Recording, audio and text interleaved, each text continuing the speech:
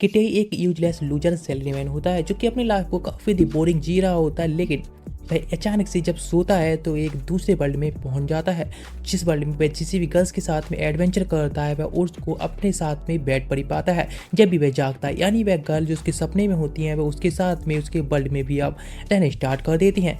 बेशक वह सपनों में अपनी एक फैंटेसी लाइफ जी रहा होता है और यहाँ पर एक रियल लाइफ, लेकिन हर किसी के पास में अपने खुद के सीक्रेट्स भी होते हैं, इसीलिए किटेई के पास में भी खुद का एक सीक्रेट होता है। हाँ, वह इतना ज़्यादा गुड लुकिंग नहीं होता है, ना ही उसकी लाइफ इतनी ज़्यादा फैंटास्टिक होती है, वह केवल एक लोली बोरिंग लाइफ को जी रहा होता है। लेकिन जब से ये सब स्टार्ट हुआ है तब से उसकी लाइफ ने काफी अच्छा एक टर्न लिया होता है। दिखाया जाता है किटेई अपने ऑफिस में होता है और टाइम हो रहा होता है घर जाने का, तो उसके कलीग्स पूछते हैं क्या तो हमारे साथ में पार्टी करने के लिए चलना चाहोगे, लेकिन वह मना कर देता है और हाँ वह कहता है उसकी कोई हॉबी वगैरह भी नहीं है, इसलिए वह घर जाना पसंद करेगा।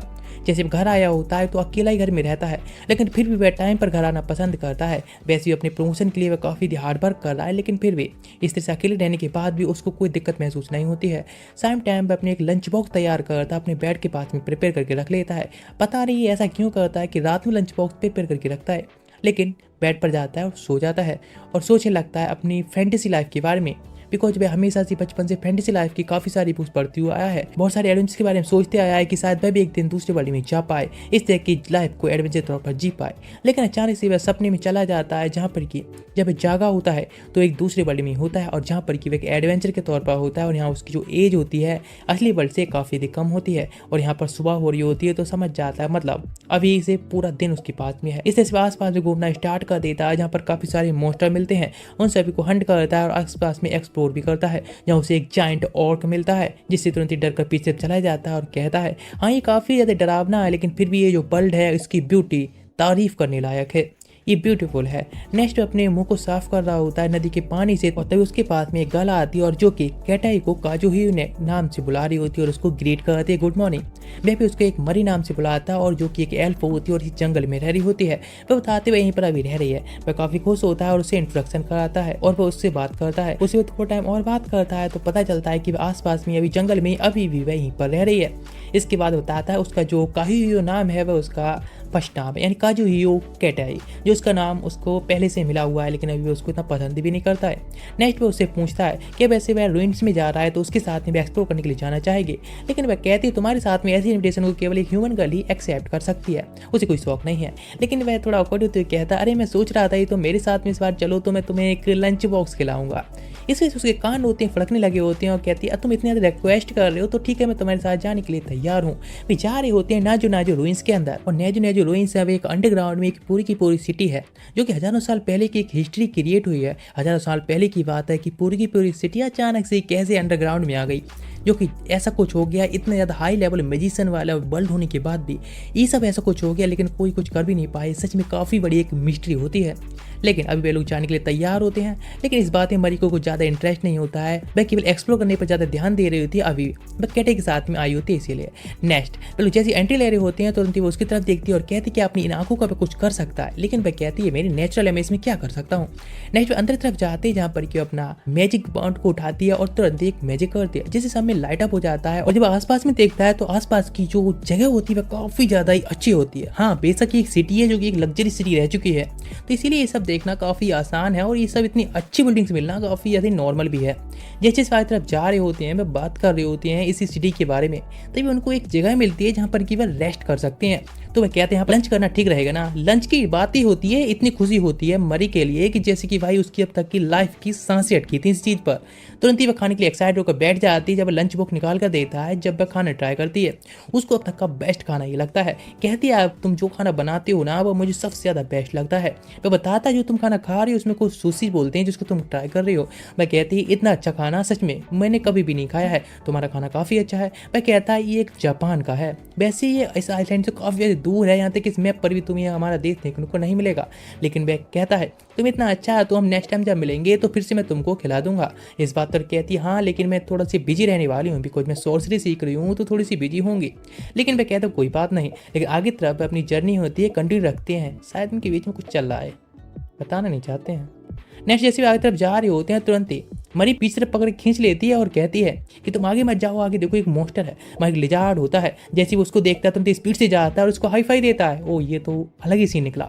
वह देखकर सॉक्ट जाती है, जो कि कोई और नहीं बल्कि पहले का उसका एक फ्रेंड कह सकते हैं, जो कि पहले मिल चुका होता है, जान पहचान अच्छी होती है, जो कि एक मॉन्स्टर लैंग्वेज में बात कर रहे होते हैं। पूछ रहा होता है मरी के बारे में, तो मरी को बताता है उसके लंच बॉक्स के लिए उसके साथ में आई है, मतलब इस तरह से सारे अच्छी बेइज्जती कर देता है उसकी। लेकिन नेक्स्ट बेल उससे थोड़ी सी बात करते हैं और वापस आ जाता है। मरी कहती है कि तुम मॉन्स्टर लैंग्वेज में बात करना जानते हो। मैं कहता हाँ, मैं 3 साल तक मेहनत की है इस लैंग्वेज को सीखने के लिए, काफी सारे मॉन्स्टर मेरे ऊपर अटैक कर दिया था, इसीलिए अब इसको जानता हूँ। पूछती आखिर उसने क्या कहा, तो बताता है कि उसने हमको सावधान रहने के लिए कहा है, बिकॉज अभी ड्रैगन स्पॉन्डिंग का टाइम है, इसीलिए अंदर ड्रैगन है, वह काफ़ी अधिक गहराई में सो रहा है। वह कहती है हाँ तो फिर तो काफ़ी खतरनाक है, बिकॉज स्पॉन्डिंग का टाइम सबसे ज़्यादा ही क्रिटिकल टाइम होता है ड्रैगन के लिए। लेकिन वह तो उस ड्रैगन के एक्स को देखना चाहता है। वह कहती है वैसे तुम्हें पता ही कितना खतरनाक हो सकता है, इस टाइम पर ड्रैगन सबसे ज़्यादा ही सेंसिटिव होते हैं। लेकिन वह उसकी बात कहाँ सुन रहा होता है। नहीं, जिस तरह से आगे तक चले जाते हैं वह केव के अंदर आ चुके होते हैं, जो केव काफ़ी अधिक अलग और थोड़ा अलग रोशनी सी होती है, उसमें उसको कुछ नहीं दिखाई देता है। तो इंचांटेड मैजिक से दिखाती है, उसकी आई साइट थोड़ी सी और ग्रो कर देती है, जिस सामने पता चलता है एक ड्रैगन बैठ कर सो रहा होता है। वह कहती है ड्रैगन है, तुम सावधान रहना चाहिए। ड्रैगन ऐसे टाइम पर सोते टाइम केवल जो सांस ले रहा होता है उससे भी मैजिक कर सकता है। उनकी आवाज़ जैसे अचानक से ड्रैगन होता है, थोड़ी सी अपनी आंखें खोल कर देखता है और थोड़ी सा ग्लो होने लगा होता है, और इसलिए तुरंत ही वह कैटे को पकड़ लेती कमर से, जिसकी स्केप करने के लिए तैयार हो। लेकिन थोड़ी सी प्लस करते हैं, इसके बाद गेट तरफ जाने की सोचते हैं स्केप करने के लिए, तो अचानक से धड़ाम के साथ में गेट होता है, बंद हो जाता है। वे लोग अभी वहीं पर फंस चुके होते हैं। ड्रैगन तुरंत ही जाग जाता है और एक फायर ब्रीथ के साथ में उनको अटैक कर देता है। नेक्स्ट अचानक से जागता है तो अपने वर्ल्ड में होता है, जहाँ पर कि मरी होती है उसकी बेड पर सो रही होती है। देखकर तो शॉक जाता है कि यहाँ पर क्या कर रही है। जब वह भी जागती है तो उसके साथ थोड़ा सा स्पेस बनाता है। फिर नेक्स्ट आ जाता है एक मॉल में, जिससे कि मरी के लिए वह कुछ क्लॉथ खरीद सके, लेकिन अभी भी सोच रहा होता है आखिर वह उसके साथ में इस वर्ल्ड में आ कैसे गई। नेक्स्ट अगर वापस आता है तो देखता है केटे एक विंडो के सामने खड़ी होती है, बाहर तरफ देख रही होती है। तुरंत ही वह अंदर आने के लिए कहता है, क्लॉथ चेंज करती है, जिसके बाद वो उसके साथ बाहर घूमने चले जाते हैं, जहाँ पर एक रेस्टोरेंट में उसको लेकर आया होता है। उसको यहाँ का फूड तो पहले से पसंद था लंच बॉक्स में देखकर, लेकिन जो फूड उसने ऑर्डर किया होता है उसको देखने के बाद तो उसकी आंखों में चमक ही आ जाती है, बिकॉज फूड होता है वह काफ़ी लग्जरी दिख रहा होता है, उसके लिए काफ़ी टेस्टी लग रहा होता है, इसलिए वह तुरंत ही ट्राई करती जैसे जैसे वह बता रहा होता है। उसको काफ़ी पसंद आया होता है। नेक्स्ट वह आया होता है उसको आसपास घुमाने के लिए, यहाँ पर चेरी ब्लॉसम के काफ़ी सारे पेड़ होते हैं, जिसको देखकर वह काफ़ी खुश होती है, सच में कितने ज़्यादा ब्यूटीफुल है। वह बताने लगता है जापान के अंदर एक सकुरा मौसम होता है, यानी सकुरा टाइम, जो कि हर साल ही आता है, और जिससे कि यहाँ पर काफ़ी सारी चेरी ब्लॉसम को इस तरह से पेड़ों को खिलते हुए देखते हैं, सच में ब्यूटीफुल होता है। नेक्स्ट इस तरह से और टाइम बिताते हैं और एक फेस्टिवल टाइम दिख रहा होता है शाम टाइम, जो काफ़ी ब्यूटीफुल माहौल होता है। वह सच में इसको काफ़ी एंजॉय कर रही होती है और बताता है इस वर्ल्ड के अंदर कोई मॉन्स्टर्स नहीं पाए जाते हैं, ये वर्ल्ड बिना किसी मॉन्स्टर का है। ये सुनकर वह शॉक्ड जाती है, यहाँ पर लोग सच में काफ़ी हैप्पी लग रहे हैं। लेकिन वह कहता है ये वर्ल्ड फिर भी पीसफुल नहीं है, यहाँ पर भी और भी वॉर वगैरह होती रहती हैं बिना मॉन्स्टर होने के बाद भी। लेकिन जब वह बात कर रही होती है उसके चेहरे को देखता है, जो उससे पहले से काफ़ी ब्यूटीफुल लग रही होती है। ये देखकर वह शॉक्ड जाता है। इस बात से वह ब्लश करने लगी होती है और सोचती है कि शायद वह यहाँ इस वर्ल्ड से अब अपने वर्ल्ड में कैसे वापस जा पाएगी, या फिर शायद हमेशा के लिए यहीं पर भी अटकी रह सकती है। वह कहते चिंता करने की कोई बात नहीं, वो उसका हमेशा ख्याल रखिएगा और पूरे जापान में वह सब जगह उसको घुमाएगा, जिससे कि उसको बोर नहीं होने देगा। लेकिन फिर वह कोई ना कोई रास्ता ढूंढ लेगा जिससे कि उसको वापस उसके घर भेज सके। नेक्स्ट वे लोग वापस आ चुके होते हैं पूरा टाइम घूमकर। जब आई होती है तो काफी एक्साइटेड होती है आसपास में सब देखने के बाद। घर आने के बाद वे काफी खुश होती है, तो उससे पूछता है कि वह बात लेना पसंद करेगी। हाँ ऑफकोर्स इस वर्ल्ड में आ गई तो यहाँ की ज़्यादा जानकारी नहीं होती, लेकिन जब वह देखती है कि यहाँ पर बात भी घर के अंदर ही है, ये सच में काफ़ी एक्साइटेड होता है उसके लिए। इस चीज़ से वो काफ़ी खुश होती है, काफ़ी लग्जरियस चीज़ें ये सब लग रही होती हैं। वो उसको सारी चीज़ सिखाते इसके बाद अपने खाने पर लग जाता है। वह देखता है जिस तरह से बाथरूम से आवाज़ दे रही होती है कि सच में ये काफ़ी दही अच्छा है। वह सोच रही होती है सब जरूरी ये मैजिक द्वारा हो रहा है क्या, कुछ पानी होता है वो उसका टेम्परेचर उसके अकॉर्डिंग मेंटेन होता है। वह बताता नहीं ये सब मैकेनिकल है, जितनी तुम जैसा पानी का जो टेम्परेचर है तुम सेट कर दोगे उसी अकॉर्डिंग पानी तुमको मिलने वाला बात लेने के लिए, और जो कि तुम्हारे ही अकॉर्डिंग होने वाला है, जो कि तुम्हारी पसंद के अकॉर्डिंग होने वाला है, जैसे तुम करना चाहो। वह सच में काफ़ी लग्जरी सी चीज़ें लग रही होती हैं। यहाँ पर जो भी चीज़ें उसको बाथरूम में मिली होती हैं, बाथरूम में मिली होती हैं, सारी उसे एक लग्जरी लग रहा होता है। वह कहती सच में ये तो एक सपनों की जगह है। लेकिन नेक्स्ट अपना खाना बना रहा होता है, उसको सोच रहा होता है भी इस वर्ल्ड में आने के बाद इतनी जल्दी इन चीज़ों के आदी नहीं हो सकती है।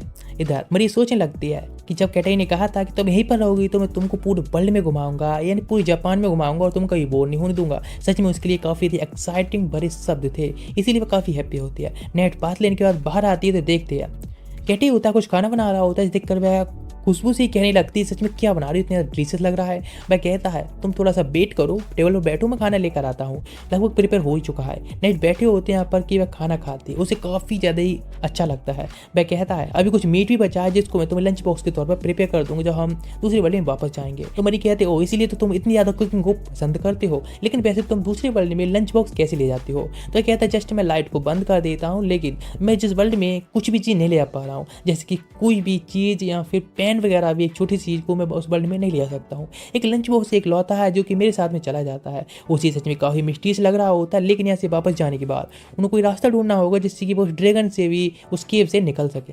मैं कहने लगता है कैसा रहेगा हम उस एक्स को लेने के बाद ड्रैगन को धमकाए हम यहाँ से सेफ जाने के लिए। मरी इस चीज़ के लिए मना करती है भी कोई ड्रैगन कह दिया एक्स के लिए या फिर उसके नेक्स्ट डे कोई उसे धमकाएगा तो पूरे वर्ल्ड में कहीं पर भी उसको नहीं छोड़ने वाली, उसका बदला जरूर लेते उसे खत्म करके मानती है। बिकॉज इस तरह के काफी सारे मामले पहले देखने को मिले हैं कि वे एक ह्यूमन फॉर्म में कन्वर्ट होने के बाद ही पूरे वर्ल्ड का ट्रैवल करती है जिस व्यक्ति ने ऐसा कुछ करने की ट्राई की और उसको खत्म किया हो। ऐसे मामले के बारे में पहले सुनने को मिल चुका है। नेक्स्ट नाइट हो चुकी होती है जहाँ पर मरी बेड पर पहुंच चुकी होती है, जहाँ पर कि उन दोनों ने पहले डिस्कस किया होता है कि हम अपने इस थ्योरी को दोबारा से चेक करेंगे। ये एक साथ में सोने के बाद क्या हम दोबारा से उसी वर्ल्ड में वापस जा पाएंगे, बिकॉज पहले भी हम साथ में ही थे इसीलिए इस वर्ल्ड में आ पाए थे। नेक्स्ट वे दोनों एक दूसरे को पकड़ते हैं, वहीं पर धीरे धीरे करके नींद में सो चुके होते हैं जिससे कि दूसरे वर्ल्ड में जा पाएं। और सेम होता भी है, एक साथ में होते हैं इसीलिए एक साथ में दूसरे वर्ल्ड में पहुंच चुके होते हैं जहां पर वो उसी केव के अंदर होते हैं जिस ड्रैगन केव के अंदर वो पहले थे।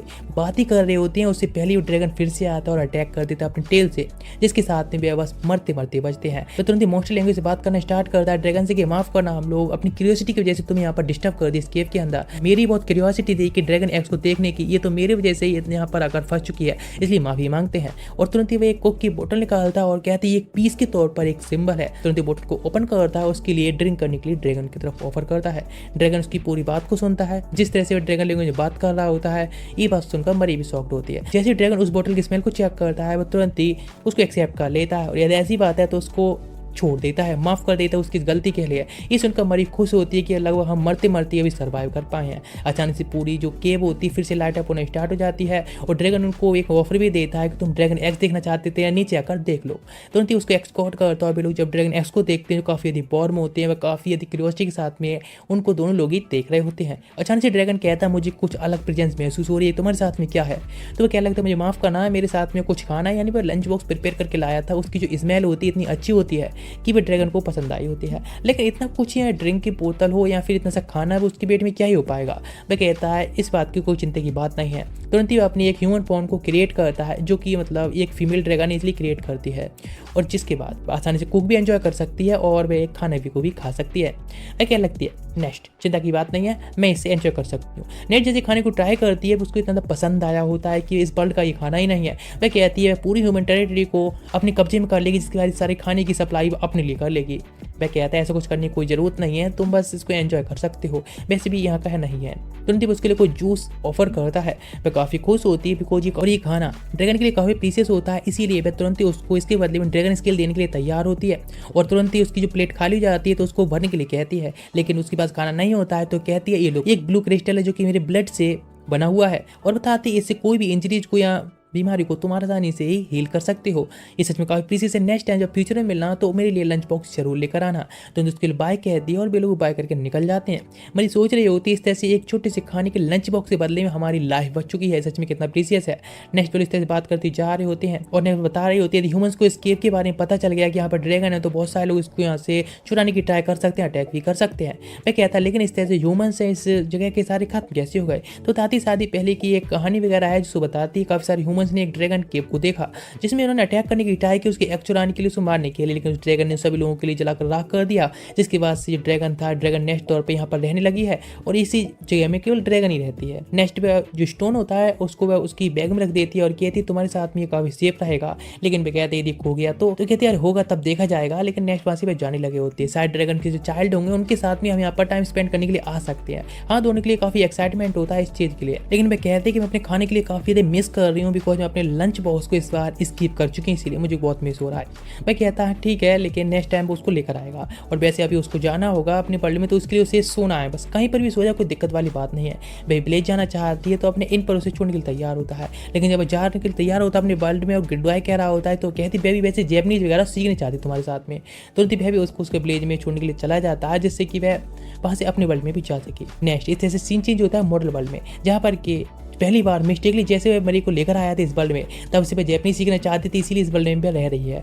जब अपने काम पर जाता है तो अपने घर पर जैपनीज सीख रही होती है, यहाँ पर ऑडियो को भी सुन रही होती है टीवी पर, जिससे कि वो उसको सीख सके। लिखना भी काफी फास्ट सीख चुकी होती है जैपनीज। जब अगर देख रहा होता है उसको इतने ज्यादा बिजी, तो उसको डिस्टर्ब नहीं करता है। नेट जैसे भी कैटे को देखती है तुरंत ही उसको हैप्पीली ग्रीट करती है और कहती मैंने तुमको देखा ही नहीं। वह कहते मैं बस तुमको डिस्टर्ब नहीं करना चाहता तुम्हारी स्टडी में। बताता है कि मुझे कुछ मीट मिला जो डिस्काउंट पर, इसलिए मैं आज तुमको ये खिलाने वाला हूँ। कहते क्या सच में, लेकिन क्या उस ड्रिंक करने के लिए? तो कहता ऑफ कोर्स मेरे पास में कुछ वाइट वाइन वगैरह है, तो क्या तुम पीना पसंद करोगे? वह कहती हाँ मैं थोड़ा टेस्ट करेगी, ज़्यादा उसे ड्रिंक वगैरह की मतलब नहीं पी मिलेगी। वह कहते ठीक है। नेक्स्ट और भी कुछ खाना प्रिपेयर करने वाला होता है, लेकिन तुरंत ही वह उसको जैपनीज में अपने इंस्ट्रक्शन देती है। वह कहता वाओ सच में तुम जैपनीज ग्रामर को काफ़ी चीज़ सीख रही हो। वह कहती है ऑफकोर्स मैं तुम्हारे साथ में हूँ, इसीलिए ये काफ़ी ईजी होता जा रहा है। इस बार कहते कहता है एक थ्योरी के अकॉर्डिंग तुम्हें एक लैंग्वेज सीखने के लिए लगभग 200 आवर्स का टाइम लगने वाला है। इसका मतलब है तुम डेली स्टडी करोगे तो 200 डेज लग सकते हैं, लेकिन इसके अकॉर्डिंग तुम 10 आवर्स दे रही हो डेली के लिए पढ़ाई पर, इसलिए कम टाइम भी तुम्हारी लग सकता है।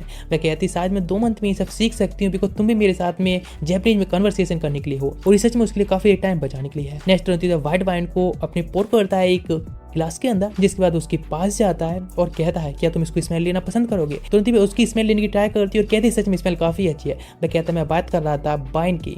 वह तुरंत ही प्लस करने लगती है। नेक्स्ट भी लोग खाने के लिए बैठ जाते हैं, जहाँ पर जैसे वह खाने को ट्राई करती है उसको वह काफी पसंद आया होता है। कहती सच में ये काफी लवली है। वह कहती है काफ़ी अच्छा है ना, तो तुम्हें ड्रिंक को भी एक बार ट्राई करना चाहिए। वह उसको ड्रिंक करती है और कहती सच में अब तक की जो बेस्ट चीज़ मैं यहाँ पर खा रही हूँ उसके लिए तुम्हारे लिए मेरे दिल से 1000 बार थैंक यू। वह सुनकर खुश होता है। वह कहती सच में यहाँ पर मैं हूँ और ये सब कर रही हूँ मेरे लिए काफ़ी हैप्पी बात है, और जो खाना मैं खा रही हूँ उसके लिए तुम्हें थैंक यू कहकर भी इस बात को खत्म नहीं कर सकती हूँ। लेकिन वह कहती है इस वर्ल्ड की काफ़ी सारी चीज़ें हैं जो कि मैं नहीं समझ सकती, और ना ही मैं इसके बारे में ज़्यादा कुछ बता सकती हूँ। मतलब उसको यहाँ ऑफकोर्स इसका जो कल्चर है जापान का इतनी ना अडॉप्ट कर सकती ना इसके बारे में जान सकती, इसलिए कह रही होती है। लेकिन पूछती है वैसे वो चीज़ें थी जो तुम लेकर आए थे कि इस वर्ल्ड में साथ में ले गए? तो वह कहता नहीं, वे सारी चीज़ें उसके साथ में वहीं पर कपड़ों के साथ में रह जाती हैं। जब वहाँ पर वापस जाएगा तो सारी चीज़ें उसको अपने आप ही मिल जाएंगी। वह कहते हैं कि ऐसा नहीं होगा कि तुम्हारे कपड़े रह गए तो कोई और तुम वहाँ से चुरा कर ले जाए। वह कहता नहीं ऐसा कुछ कभी भी नहीं हुआ है। मैं जब जाता हूँ तो मेरे जो क्लॉथ्स है ना इस वर्ल्ड में कोई देख सकता है ना वहाँ पर, जब तक मैं नहीं जा रहा हूँ, इसलिए सब कुछ सेफ है। वह कहती शायद कोई और है जो कि तुम्हारे लिए सब चीजों को मैनेज कर रहा है। और केटी पूछता है वैसे तुम काफी सारे और प्लेसेस पर जाना चाहती तो उसके बारे में क्या? तो वह कहते नहीं वैसा नहीं कर सकती, बिकॉज अभी उसको काफी सारे एंशिएंट मैजिक पर रिसर्च पेपर भी तैयार करने जो उसको सबमिट भी करने होंगे। वह कहता है वैसे तो क्या तुम्हें एंशिएंट मैजिक स्टोन्स के बारे में पता है क्या? वह कहती नहीं इसके बारे में एक मिथ माना जाता है, अब तक किसी नहीं देखे हैं, लेकिन जब ड्रैगन सच में होते हैं तो शायद वह भी हो सकते हैं। वह कहने लगता है वैसे एंशिएंट पीक रूइंस के बारे में क्या तुम्हें पता है? वह कहने लगती है हाँ चलो हम ट्रिप करते हैं, और जिसके बाद वहाँ पर जाने के लिए तैयार हो जाते हैं। आज राती लंच तैयार कर लेना। नेक्स्ट दोनों लोग ही बेड पर होते हैं और साथ में सो जाते हैं, जहाँ पर उनके पास में करीब 2 मंथ का टाइम होने वाला है एक साथ में रहने का, तो इसीलिए जैमरी लैंग्वेज के लिए जल्दबाजी करने की कोई जरूरत नहीं है। नेक्स्ट पहुंच जाते हैं दूसरे वर्ल्ड में, जहाँ पर एक मैप निकालता है, जहाँ पता चलता है पीक रूइंस के पास जाने के लिए उसे काफी बड़ा एक सफर तय करना होगा, जो करीब 1 वीक का टाइम लग जाएगा यदि वह नॉर्मली जाएंगे तो। इस बात कहते हैं चिंता ना करने के लिए हम टेलीपोर्टेशन भी यूज कर सकते हैं। इस चीज की थोड़ी सी घबरा रही होती है, लेकिन तुरंत ही वह मैजिक को एक साथ में एक्टिवेट करता है। दोनों लोग साथ में नीचे तरफ चले जाते हैं, जो कि एक अंडरग्राउंड टनल की तरह ही एक मैजिक काम करता है, जिससे हम किसी भी जगह पर जा सकते हैं। ये जो मैजिक है ज़्यादातर मर्चेंट्स यूज करते हैं, और एक दिन के अंदर एक ही बार इस मैजिक को यूज किया जा सकता है। इस तरह सारी डिटेल्स को दे रहा होता है, जिसके बाद इस पूरी टेलीपोर्टेशन के बाद कुछ टाइम के अंदर ही वो उस जगह पर पहुंच चुके होते हैं, यहाँ पर उन्हें जाना होता है, और जहाँ पर नेक्स्ट एक स्टोन के ऊपर एक फ्लावर को रख देता है और बताता है ये मर्चेंट का एक ट्रेडिशन है जो कि पास्ट हो चुकी है उनके लिए। नेक्स्ट आगे की तरफ जर्नी कंटिन्यू करते हैं रूइंस की तरफ जाने के लिए। जैसे जा रहे होते हैं यहाँ पर कि एक बहुत बड़ा एक खंडर सा पड़ा होता है। बताना स्टार्ट करते जगह पर पहले स्टोन्स की माइनिंग हुआ करती थी, जो कि एक मैजिकल स्टोन की तरह ही थे, जिनको एक ट्रीजर माना जाता था। लेकिन जिस जैसी पूरी जगह थी उसको पूरी तरह से प्रोटेक्टेड करके रखा जाता था, काफी हाई सिक्योरिटी में। लेकिन जैसे यहाँ पे स्टोन निकलना बंद हो गए, तब से इस जगह को अबाउंडन कर दिया गया, सब लोग छोड़कर चले गए, और जिसको रूइंस के तौर पर इस तरह से खंडर में बदल गई हैं। लेकिन अभी भी इसके अंदर से काफी सारी अजीब सी एनर्जी लोगों को महसूस होती है। मालूम पड़ी। अचानक से दिखाया था मरी उसके साथ में जाने में काफ़ी थकी महसूस कर रही होती है।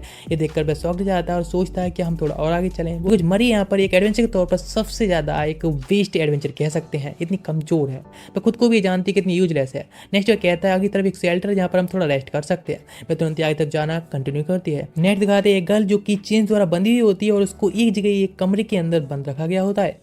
नेक्स्ट वे लोग उस अंडरग्राउंड रूइंस के अंदर पहुंच चुके होते हैं। इन माउंटेन्स के अंदर में यहाँ पर की बहुत सारी जो जगह पड़ी होती है केवल खंडर की तरह दिख रही होती है। काफ़ी सारे छोटे मोटे शेल्टर्स बने होते हैं जो कि जगह को माइनिंग हुई है पहले इसके बारे में साफ साफ दिखा रहे होते हैं। वह कहती है तो सब पूरी जगह खंडर की तरफ छोड़ दी गई है। वह कहती है यदि यहाँ पर एक मैजिक शेल्टर भी निकल के आ जाए तो शायद लोग यहाँ पर फिर से आना स्टार्ट कर देंगे, लेकिन चिंता मत करो यहाँ पर हमें फिर भी बहुत सारे ट्रीजर देखने को मिल सकते हैं। नेक्स्ट भी एक जगह आ चुके होते हैं जहाँ लेकिन किटे को लग रहा होता है कि हमको कोई देख रहा है या फिर कोई चीज़ हमको देख रही है, लेकिन इस चीज़ के बारे में ना बताना चाहता है जिससे कि मरीज के बारे में चिंता करे। नेक्स्ट वे लोग इस चीज़ को देखते हैं और आखिरकार एक जगह आकर बैठ जाते हैं जिससे कि आप लंच कर सकें, जहाँ पर कि भाई फ्राइज राइस होते हैं जो कि उसने रात भी खाए होते हैं, सेम टेस्ट के साथ उसने यहाँ पर भी बनाकर लाई होती है। ये खाकर वह काफ़ी ज़्यादा खुश होती है। फिर केटे के बारे में उसकी पावर्स के बारे में पूछना चाहती है, लेकिन पहले तो बताना नहीं चाहता, लेकिन जब उसके बारे में पता चलती है तो पता चलता है केटे ही सच में बहुत ज्यादा पावरफुल, इतनी ज्यादा हाई लेवल की स्टेट्स उसने कभी भी किसी के भी नहीं देखे थे। लेकिन वह देखता है मरी के जिसकी स्टेट्स होती हैं वह काफी लो होते हैं, लेकिन वह काफी हार्ड वर्क करती है और वह एक बार में ही अपने मैजिक सोर्सरी को और अपने स्वॉर्डमैनशिप को प्रैक्टिस करती है, इसलिए जो प्रोग्रेस है उसकी भी थोड़ी स्लो है। लेकिन वह मैजिक कास्ट करने में सच में काफी अच्छी है। तुरंत वह एक मैजिक कास्ट करती है जिससे कि अपनी एक फायर स्पिरिट को समन करती है, जिसको देखकर केटी कहता है सच में काफी क्यूट है। अचानक से एक वाटर स्पिरिट उसके सामने निकल के आती है पानी में से, स्पीड से जाता है और उसको ढेर कर देता है और बताता है जो वाटर स्पिरिट होती हैं उनकी स्पीड काफी ज्यादा ही होती है, लेकिन वे इतनी कह पाए उससे पहले दो और वाटर स्पिरिट उनके सामने आ जाती हैं, जिसे देखने के बाद तुरंत ही उनके साथ फाइट करने के लिए तैयार होता है। लेकिन दिखाया जाता है ऊपर से कुछ मिस्टीरियस लोग होते हैं, एक घर के अंदर से देख रहे होते हैं और देखने सच में बच्चा है, काफी ज्यादा तेज है, लेकिन उनका लीडर भी आगे तरफ देखता है और स्कैन करने की ट्राई करता है उनकी पावर्स वगैरह में, तो पता चलता है उस बच्चे के पास में कुछ अच्छी और काफी कीमती चीजें हैं, इसीलिए उनको छीनने की उसकी पूरी प्लानिंग होती है और बेचारा केटाई भी मतलब में उन लोगों के टारगेट बन चुका होता है। इधर दिखाता है सामने से एक बंदा जो कि एक स्टोन को दिखा रहा होता है, मतलब काफी सारी और स्पिरिट को समन कर रहा होता है। तो केटे कहता है कि सबके पीछे तुम हो। अचानक से पानी के अंदर से एक बहुत बड़ा मोस्टर निकल के आ जाता है, जिसको देखने के बाद तुरंत एक केटे ही होता है मरी को पकड़ लेता है कस के और वह दूसरे वर्ल्ड में आ चुके होते हैं। जैसे मरी को देखता है तुरंत हक कर लेता है और कहता है सच में कितना खतरनाक था, मैं तो डर ही गया था। लेकिन वह काफ़ी खुश होती हैं वापस आने की वजह से। वह कहता है वैसे अभी हम मरते बचे हैं, लेकिन कहता है अभी वैसे कल सैटरडे है तो इसीलिए हम लोग कल आराम से थोड़े वेकेशन पर जा सकते हैं आसपास घूमने के लिए। मरी कहती है मुझे लगता है वे लोग होंगे जो कि तुम्हारे बैग वगैरह को तुमको ढूंढ रहे होंगे, आखिर वह कहाँ पर गया, हम लोग स्टेशन के सामने से गायब हो गए थे। लेकिन केटे कहता है कल सैटरडे है इसीलिए हम लोग तुम्हारे साथ में थोड़े से आसपास घुमाने के ले चलता हूँ मैं, बिकॉज तुम्हारी ये फर्स्ट वेकेशन होने वाली है जब से तुम यहाँ पर आई हो। नेक्स्ट वे लोग घूमने के लिए आए होते हैं जहाँ पर मेरी देखती है कैट के लिए जिसके साथ में प्यार से बात कर रही होती है। ये देखकर कहता है ओ देखो एक एल्फ है जो कि ये कैट के साथ में बात करी, कितने ज्यादा प्यारा माहौल है। तो वह भी उससे पूछती वैसे क्या उस वाटर स्पिरिट ने तुमसे कुछ कहा था, तो वह कहता है नहीं मुझे उसके बारे में कुछ समझ नहीं आया। और जब भी स्पिरिट से बात करने की ट्राई करता तो लगता है कि शायद वो अपनी चाइल्डहुड में चला गया है। वह कहते हैं ओह ठीक है समझ गई। लेकिन नेक्स्ट वो उसकी टी के लिए बाय कहती है और जिसके बाद वहां से निकल जाते हैं और नेक्स्ट वे आए होते हैं लाइब्रेरी के अंदर, और जहाँ पर कि लाइब्रेरी को इतनी ज्यादा साफ और इतनी ज्यादा ब्राइट देखती है एकदम शॉक जाती है, क्योंकि उसके यहाँ की जो लाइब्रेरी होती है काफी ज्यादा डार्क होती है। वह कहता है हाँ जो बुक्स होती है वो काफी ज्यादा प्रीशियस ट्रीजर होती है, इसीलिए यहाँ पर उनको इस तरह से रखना ठीक ही है। लेकिन यहाँ लिखते ठीक है तो फिर मैं एक ग्रिमबोर को लेकर आऊंगी, ये काफी साफ जगह है, मैं यहाँ पर बैठ कर उसको पूरी तरह से ही पढ़ सकती हूँ। मैं काफी खुश होता है और कहता है चलो हम थोड़े चाइल्ड सेक्शन में चलते हैं। ये सुनकर थोड़ी भड़कती है और कहती क्या तुम्हारा मतलब क्या, तुम मुझे बच्चों वाली किताब देने वाले हो, मतलब तुम मुझे बच्चे की तरह तो ट्रीट नहीं कर रहे हो जैसे कि मुझे बच्चों वाली पढ़ने के लिए किताब दोगे। वह क्या लगता नहीं ऐसा कुछ नहीं है, बस बुक्स काफी इंटरेस्टिंग हुई इसीलिए पर तुम्हें देखना चाहिए। वह कहती है हाँ ठीक है तुम कह रहे हो तो ठीक है। नेक्स्ट वो चाइल्ड सेक्शन में जाते हैं जहाँ पर कुछ बुक्स दिखती है जिसमें काफी बड़ी पिक्चर्स होती हैं और थोड़ी बहुत लिखा होता है, बिकॉज एक स्टोरी टाइप बुक्स होती हैं। वे देखकर काफी खुश होती है कि एक बुक निकालती है कि एक कैट बुक होती है। बताने लगता है इस कैट के बारे में, ये उसके टाइम पर जब बच्चा था तो काफी पॉपुलर थी और जो कि ये कैट अदर कंट्री में ट्रेवल करती है और उस टाइम पे काफी पॉपुलर थी और रेंट पर भी नहीं मिल पाती थी। लेकिन वह कहती है तो काफी अच्छी है ना, अभी इतनी ज्यादा पॉपुलर क्यों नहीं है। ये कैट सेम उसको उस जैसी लग रही है जो कि उसने थोड़ी देर पहले ही मिली थी। वह कहता क्या उसको पढ़ना चाहती है, वह कहती है हाँ लेकिन इसमें से काफी सारे ऐसे लेटर्स हैं जिसके साथ में वह इतनी ज्यादा जानकारी नहीं रखती है। वह कहता है चिंता ना करने के लिए वो उसकी हेल्प करेगा और वह काफी सारी और भी बुक्स जो तुम्हें पसंद हो उनको रेंट पर हम ले लेंगे और उन सभी को अपने साथ में ले चलेंगे जो कि रेंट पर यानी लाइब्रेरी से कुछ टाइम के लिए बुक मिलती है जिसका किराया जाता है। तो इस चीज के लिए खुश हो जाती है और काफी सारी बुक एक्सेप्ट करती है। जिसके बाद जैसे वह रिसेप्शनिस्ट के पास जाता है जहाँ पर उसका नाम इचिजो होता है और हाँ वह उसकी एक पहले की कह सकते हैं क्लासमेट या एक फ्रेंड होती है। ये देखकर वह शॉक्ड जाता है और वह बताता है अपनी एक बुक को लेना चाहता है तो वह तुरंत ही एक्सेप्ट कर लेती है। इचिजो देखती है मरी जो कि काफी ब्यूटीफुल होती है, इसीलिए वो उसके बारे में और भी जानने के लिए बहुत ज्यादा इंटरेस्टेड होती है और वह केटी से पूछती है। केटी बताने लगता है कि वो उसकी एक दूर के रिलेटिव है और मरी से भी कहते हैं उसके बारे में इंट्रोडक्शन देने के लिए। मरी अपने बारे में बताती है और उसको डायरेक्ट इचिजो जैसे ही बुला रही होती है। तो इस बात पर मरी पूछती क्या उसने थोड़ा सा कुछ रूड बोल दिया, लेकिन वह तो उसके बारे में ज़्यादा इंटरेस्टेड होती है और पूछती है क्या वह उस मरी के साथ में फ्लर्ट करने की ट्राई कर रहा है। लेकिन कहता नहीं तुम क्या बोल रही हो, तुम इस सब गलत समझ रही हो, वह बस उसकी दूर की दोस्त है। वह कहती है क्या तुमने उसके साथ कभी फ्लर्ट करने की ट्राई किया है। तो वह कहता नहीं, अपनी फ्रेंडशिप को भी इस तरह से खत्म नहीं करना चाहता है। वह कहती है ठीक है। जब उसके कार्ड को देखती है जिसमें एड्रेस होता है सेम बिल्डिंग का होता है जिसमें इचिजो भी रहती है, लेकिन इतने टाइम से रहने के बाद भी एक दूसरे से कभी नहीं मिले होते हैं। वह कहती है हम लोग क्या साथ में खाने पर मिले। तो इस बात को केटी तुरंत ही एक्सेप्ट कर लेता है। इस बात मरी पूछ रही थी आखिर वह क्या कह रही है, तो उसको एक्सप्लेन करता है कि वो उसमें काफी इंटरेस्टेड है और वो उसके साथ एक फ्रेंड बनना चाहती है। इससे मरी खुश होती है और बताता है कि वह उस हम लोगों को डिनर पर भी इन्वाइट कर रही है। इस चीज को एक्सेप्ट करती है और नेक्स्ट पर लोग घर आ गए होते हैं वापस, जहाँ पर उसके लिए वह कुछ करी बना रहा होता है और वह एक एनिमेशन फिल्म उसको चलाकर दिखा देता। ये देखकर वह शॉक्ड जाती है, क्या ये कोई मैजिक है जिससे इस तरह से कैरेक्टर मूव कर रहे हैं। तो बताता है ये एक एनिमेशन है जो इसको हजारों ड्राइंग बनाई जाती है हाथ से और जिसके बाद ही इसको क्रिएट किया जाता है। ये देखकर वह शॉक्ड जाती है, इतना लंबा प्रोसेस है इन सबको क्रिएट करने के लिए। नेक्स्ट वह खाने को प्रिपेयर कर रहा होता है और जो कि मरी के लिए काफी पसंद आया होता है। नेक्स्ट बस उनसे पहले कहती है एक और मूवी देखने के लिए। इस बात पर तुरंत ही वह मान जाता है और लाइट को डिम कर देता है जिससे कि एनिमेशन है वो देखने में और भी अच्छी लगे। और वह फिल्म एंशिएंट जापान के बारे में होती है और जिसमें जो जगह दिखाई गई होती है बताते ऐसी सिमिलर जगह पर उसके ग्रैंडफादर भी एंड पेरेंट्स रहते हैं। वह कहती है वह भी इस जगह पर घूमना चाहेगी। कहते ठीक है नेक्स्ट हमें वीकेंड मिलेगी या वेकेशन की छुट्टियां मिलेंगी तो तुमको ले चलूंगा, लेकिन वो उस पर ऐसा दबाव नहीं बनाना चाहती कि जरूर वह उसको लेकर जाए। लेकिन वह कहता है चिंता ना करने के लिए कुछ काफी टाइम से वह भी नहीं गया तो उसको अभी घूमना हो जाएगा, इसलिए उनके साथ में ट्रिप होगी एक परफेक्ट ट्रिप होगी। इस बात से और भी एक्साइटेड होने लगी होती तो बताता है जब तुम जापानीज सीख जाओगी तो जापान के अंदर बहुत सारे गेम्स है, एनिमेशन है, मूवी है, एनिमे है जिनको तुम आसानी से एंजॉय कर सकती हो और जो कि तुम्हारे लिए काफी एक्साइटेड होंगे। इस बात से सच में और भी ज्यादा एक्साइटेड हो जाती है और वह ज्यादा से ज्यादा जल्दी जापानीज को भी सीखना चाहती है। लेकिन वह इस चीज के चक्कर में बहुत ज्यादा उसके करीब पहुंच चुकी होती है। जब उसको इसके बारे में पता चलता है कि उसके बहुत करीब जा रही है तो माफी मांगती है। तो वह भी वहां से डिनर बनाने के लिए निकल जाता है। डिनर बना रहा होता है, अचानक से वहां पर एक अर्थक्वेक आता है यानी भूकंप आ जाता है जिस वजह से मरी होती बहुत ज्यादा घबरा जाती है और वो उसको आकर हक कर लेती है। और ये देखकर तो केटी बहुत शॉक्ड जाता है बिकॉज फुल्ली नेकेड होती है। वह तुरंत ही वहां से चली जाती है अपने आप को देखकर काफी शौक से वह भी चिल्लाने लगी होती है। लेकिन नेक्स्ट वापस आती है और वह उसको बताता मुझे माफ करना, मुझे बता देना चाहिए जापान के अंदर इस तरह से भूकंप आना एक नॉर्मली चीज है, इसीलिए चिंता मत करो। नेक्स्ट उसके लिए करी लेकर आया होता है और हाँ जो कि थोड़ी स्पाइसी होती है लेकिन अभी मरी के लिए उस काफी ज्यादा ही पसंद होती है। बताने लगता है कुछ ऐसी डिजर्ट भी होती हैं जो कि हाँ स्पाइसी भी होती हैं। उसे याद आता है डिजर्ट के नाम पर अरे हाँ हमको उस वर्ल्ड में जाना होगा जब हम वहाँ पहुंचेंगे डिजर्ट के अंदर, यहाँ पर कि हमें उन सभी मॉन्स्टर वगैरह से एस्केप करना होगा और डिजर्ट से निकलना सच में काफी चैलेंजिंग हो सकता है। लेकिन इस बात पर कहता शायद हो सकता है हम वापस जाए उस टाइम वहाँ पर कोई मॉन्स्टर ना हो। लेकिन वह कहती फिर भी इस वर्ल्ड में बेशक हम एस्केप करके आ गए लेकिन ऐसा नहीं कि उस वर्ल्ड की लाइफ है बिल्कुल एग्जिस्ट ना करती उसको हम छोड़ दें। वह उसकी बात की मानता है। लेकिन वह कहता है वैसे उस बच्चे को जो हमने देखा था उन मॉन्स्टर को समन कर रहा था वह काफी डरा हुआ लग रहा था और शायद उसके हाथ में एक मैजिकल स्टोन था जो शायद उन सभी बेंटेड द्वारा डराया जा रहा था और इस तरह से जबरदस्ती उससे मॉन्स्टर सामान कराए जा रहे थे। हमें शायद कोई प्लान बनाना चाहिए, उस बच्चे को वहाँ से रेस्क्यू करना चाहिए।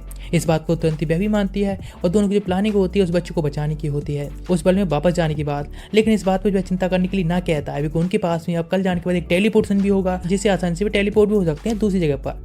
नेक्स्ट वह जब उसके साथ में ही लेटा होता है तो उसको एक बुक को पढ़कर सुना रहा होता है जो कि बाय करके लाई होती है, जो कैट की स्टोरी होती है जिसको वह काफी गौर से भी सुनती जा रही होती है। बता रहा होता है सच में जब से वह मरी से मिला तब से वह काफी ज्यादा आसपास की स्कैनियों को देखने लगा है और थोड़ा घूमने के लिए ज्यादा भी चला गया है। पहले तो वह इतना कुछ नहीं करता था लेकिन जैसे जैसे स्टोरी सुना रहा होता है उस कैट के बारे में बताता जा रहा होता है तो उसकी नजर जाती है मैरी के ऊपर जो कि काफी ज्यादा स्लीपी होती है और लगभग थोड़े टाइम बाद वह सो चुकी होती है। तो लाइट्स को ऑफ करता है और उसे गुड नाइट कहता है और सो जाता है।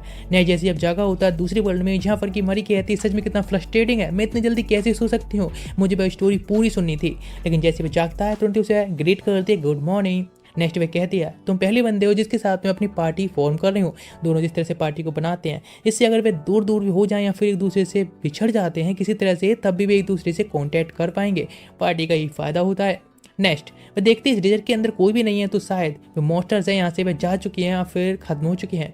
फिर दिखाया थोड़ी पास्ट के बारे में, एक बच्चे के बारे में, जिसके जो ग्रैंडफादर होते हैं वो उसको एक स्टोन देते हैं और उसको छूने के लिए कहते हैं। जैसे ही वो उसको छूता है तो तुरंत ही लाइट चमकने लगती है। तो वे कहते हैं तुम गॉड के चूजन किए हुए हो, तुम हमारे विलेज के अंदर इकलौते हो जो हमारे विलेज को काफ़ी सारी ऊंचाइयों तक पहुंचा सकते हैं।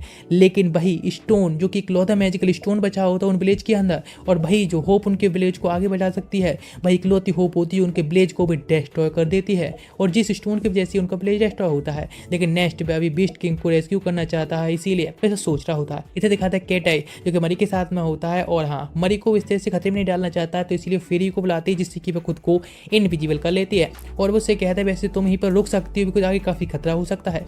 लेकिन वह उसकी अभी भी जो मांगा दी है उसने बुक उसको पढ़ना चाहती है, तो वो उसको वह बुक देने के लिए कहती है। सेम वह करता है और नेक्स्ट वहाँ से जाने लगता है आगे तरफ जानकारी निकालने के लिए कि आखिर भी लोग हैं किधर छुपे हुए हैं। इस तरह आगे तरफ जाता है और सोचने लगता थोड़ी पहले के बारे में लोगों ने प्लानिंग की थी, जहाँ पर कि मरी को वहीं पर छोड़ देगा और वह खुद जाकर उनके लोकेशन को ढूंढने की ट्राई करेगा। जिसके बाद मरी होगी जो अपने मैजिक से उनको डिस्ट्रैक्ट करेगी और थोड़ा खतरनाक होगा, लेकिन कैटी होगा जाकर उस बच्चे को रेस्क्यू करेगा।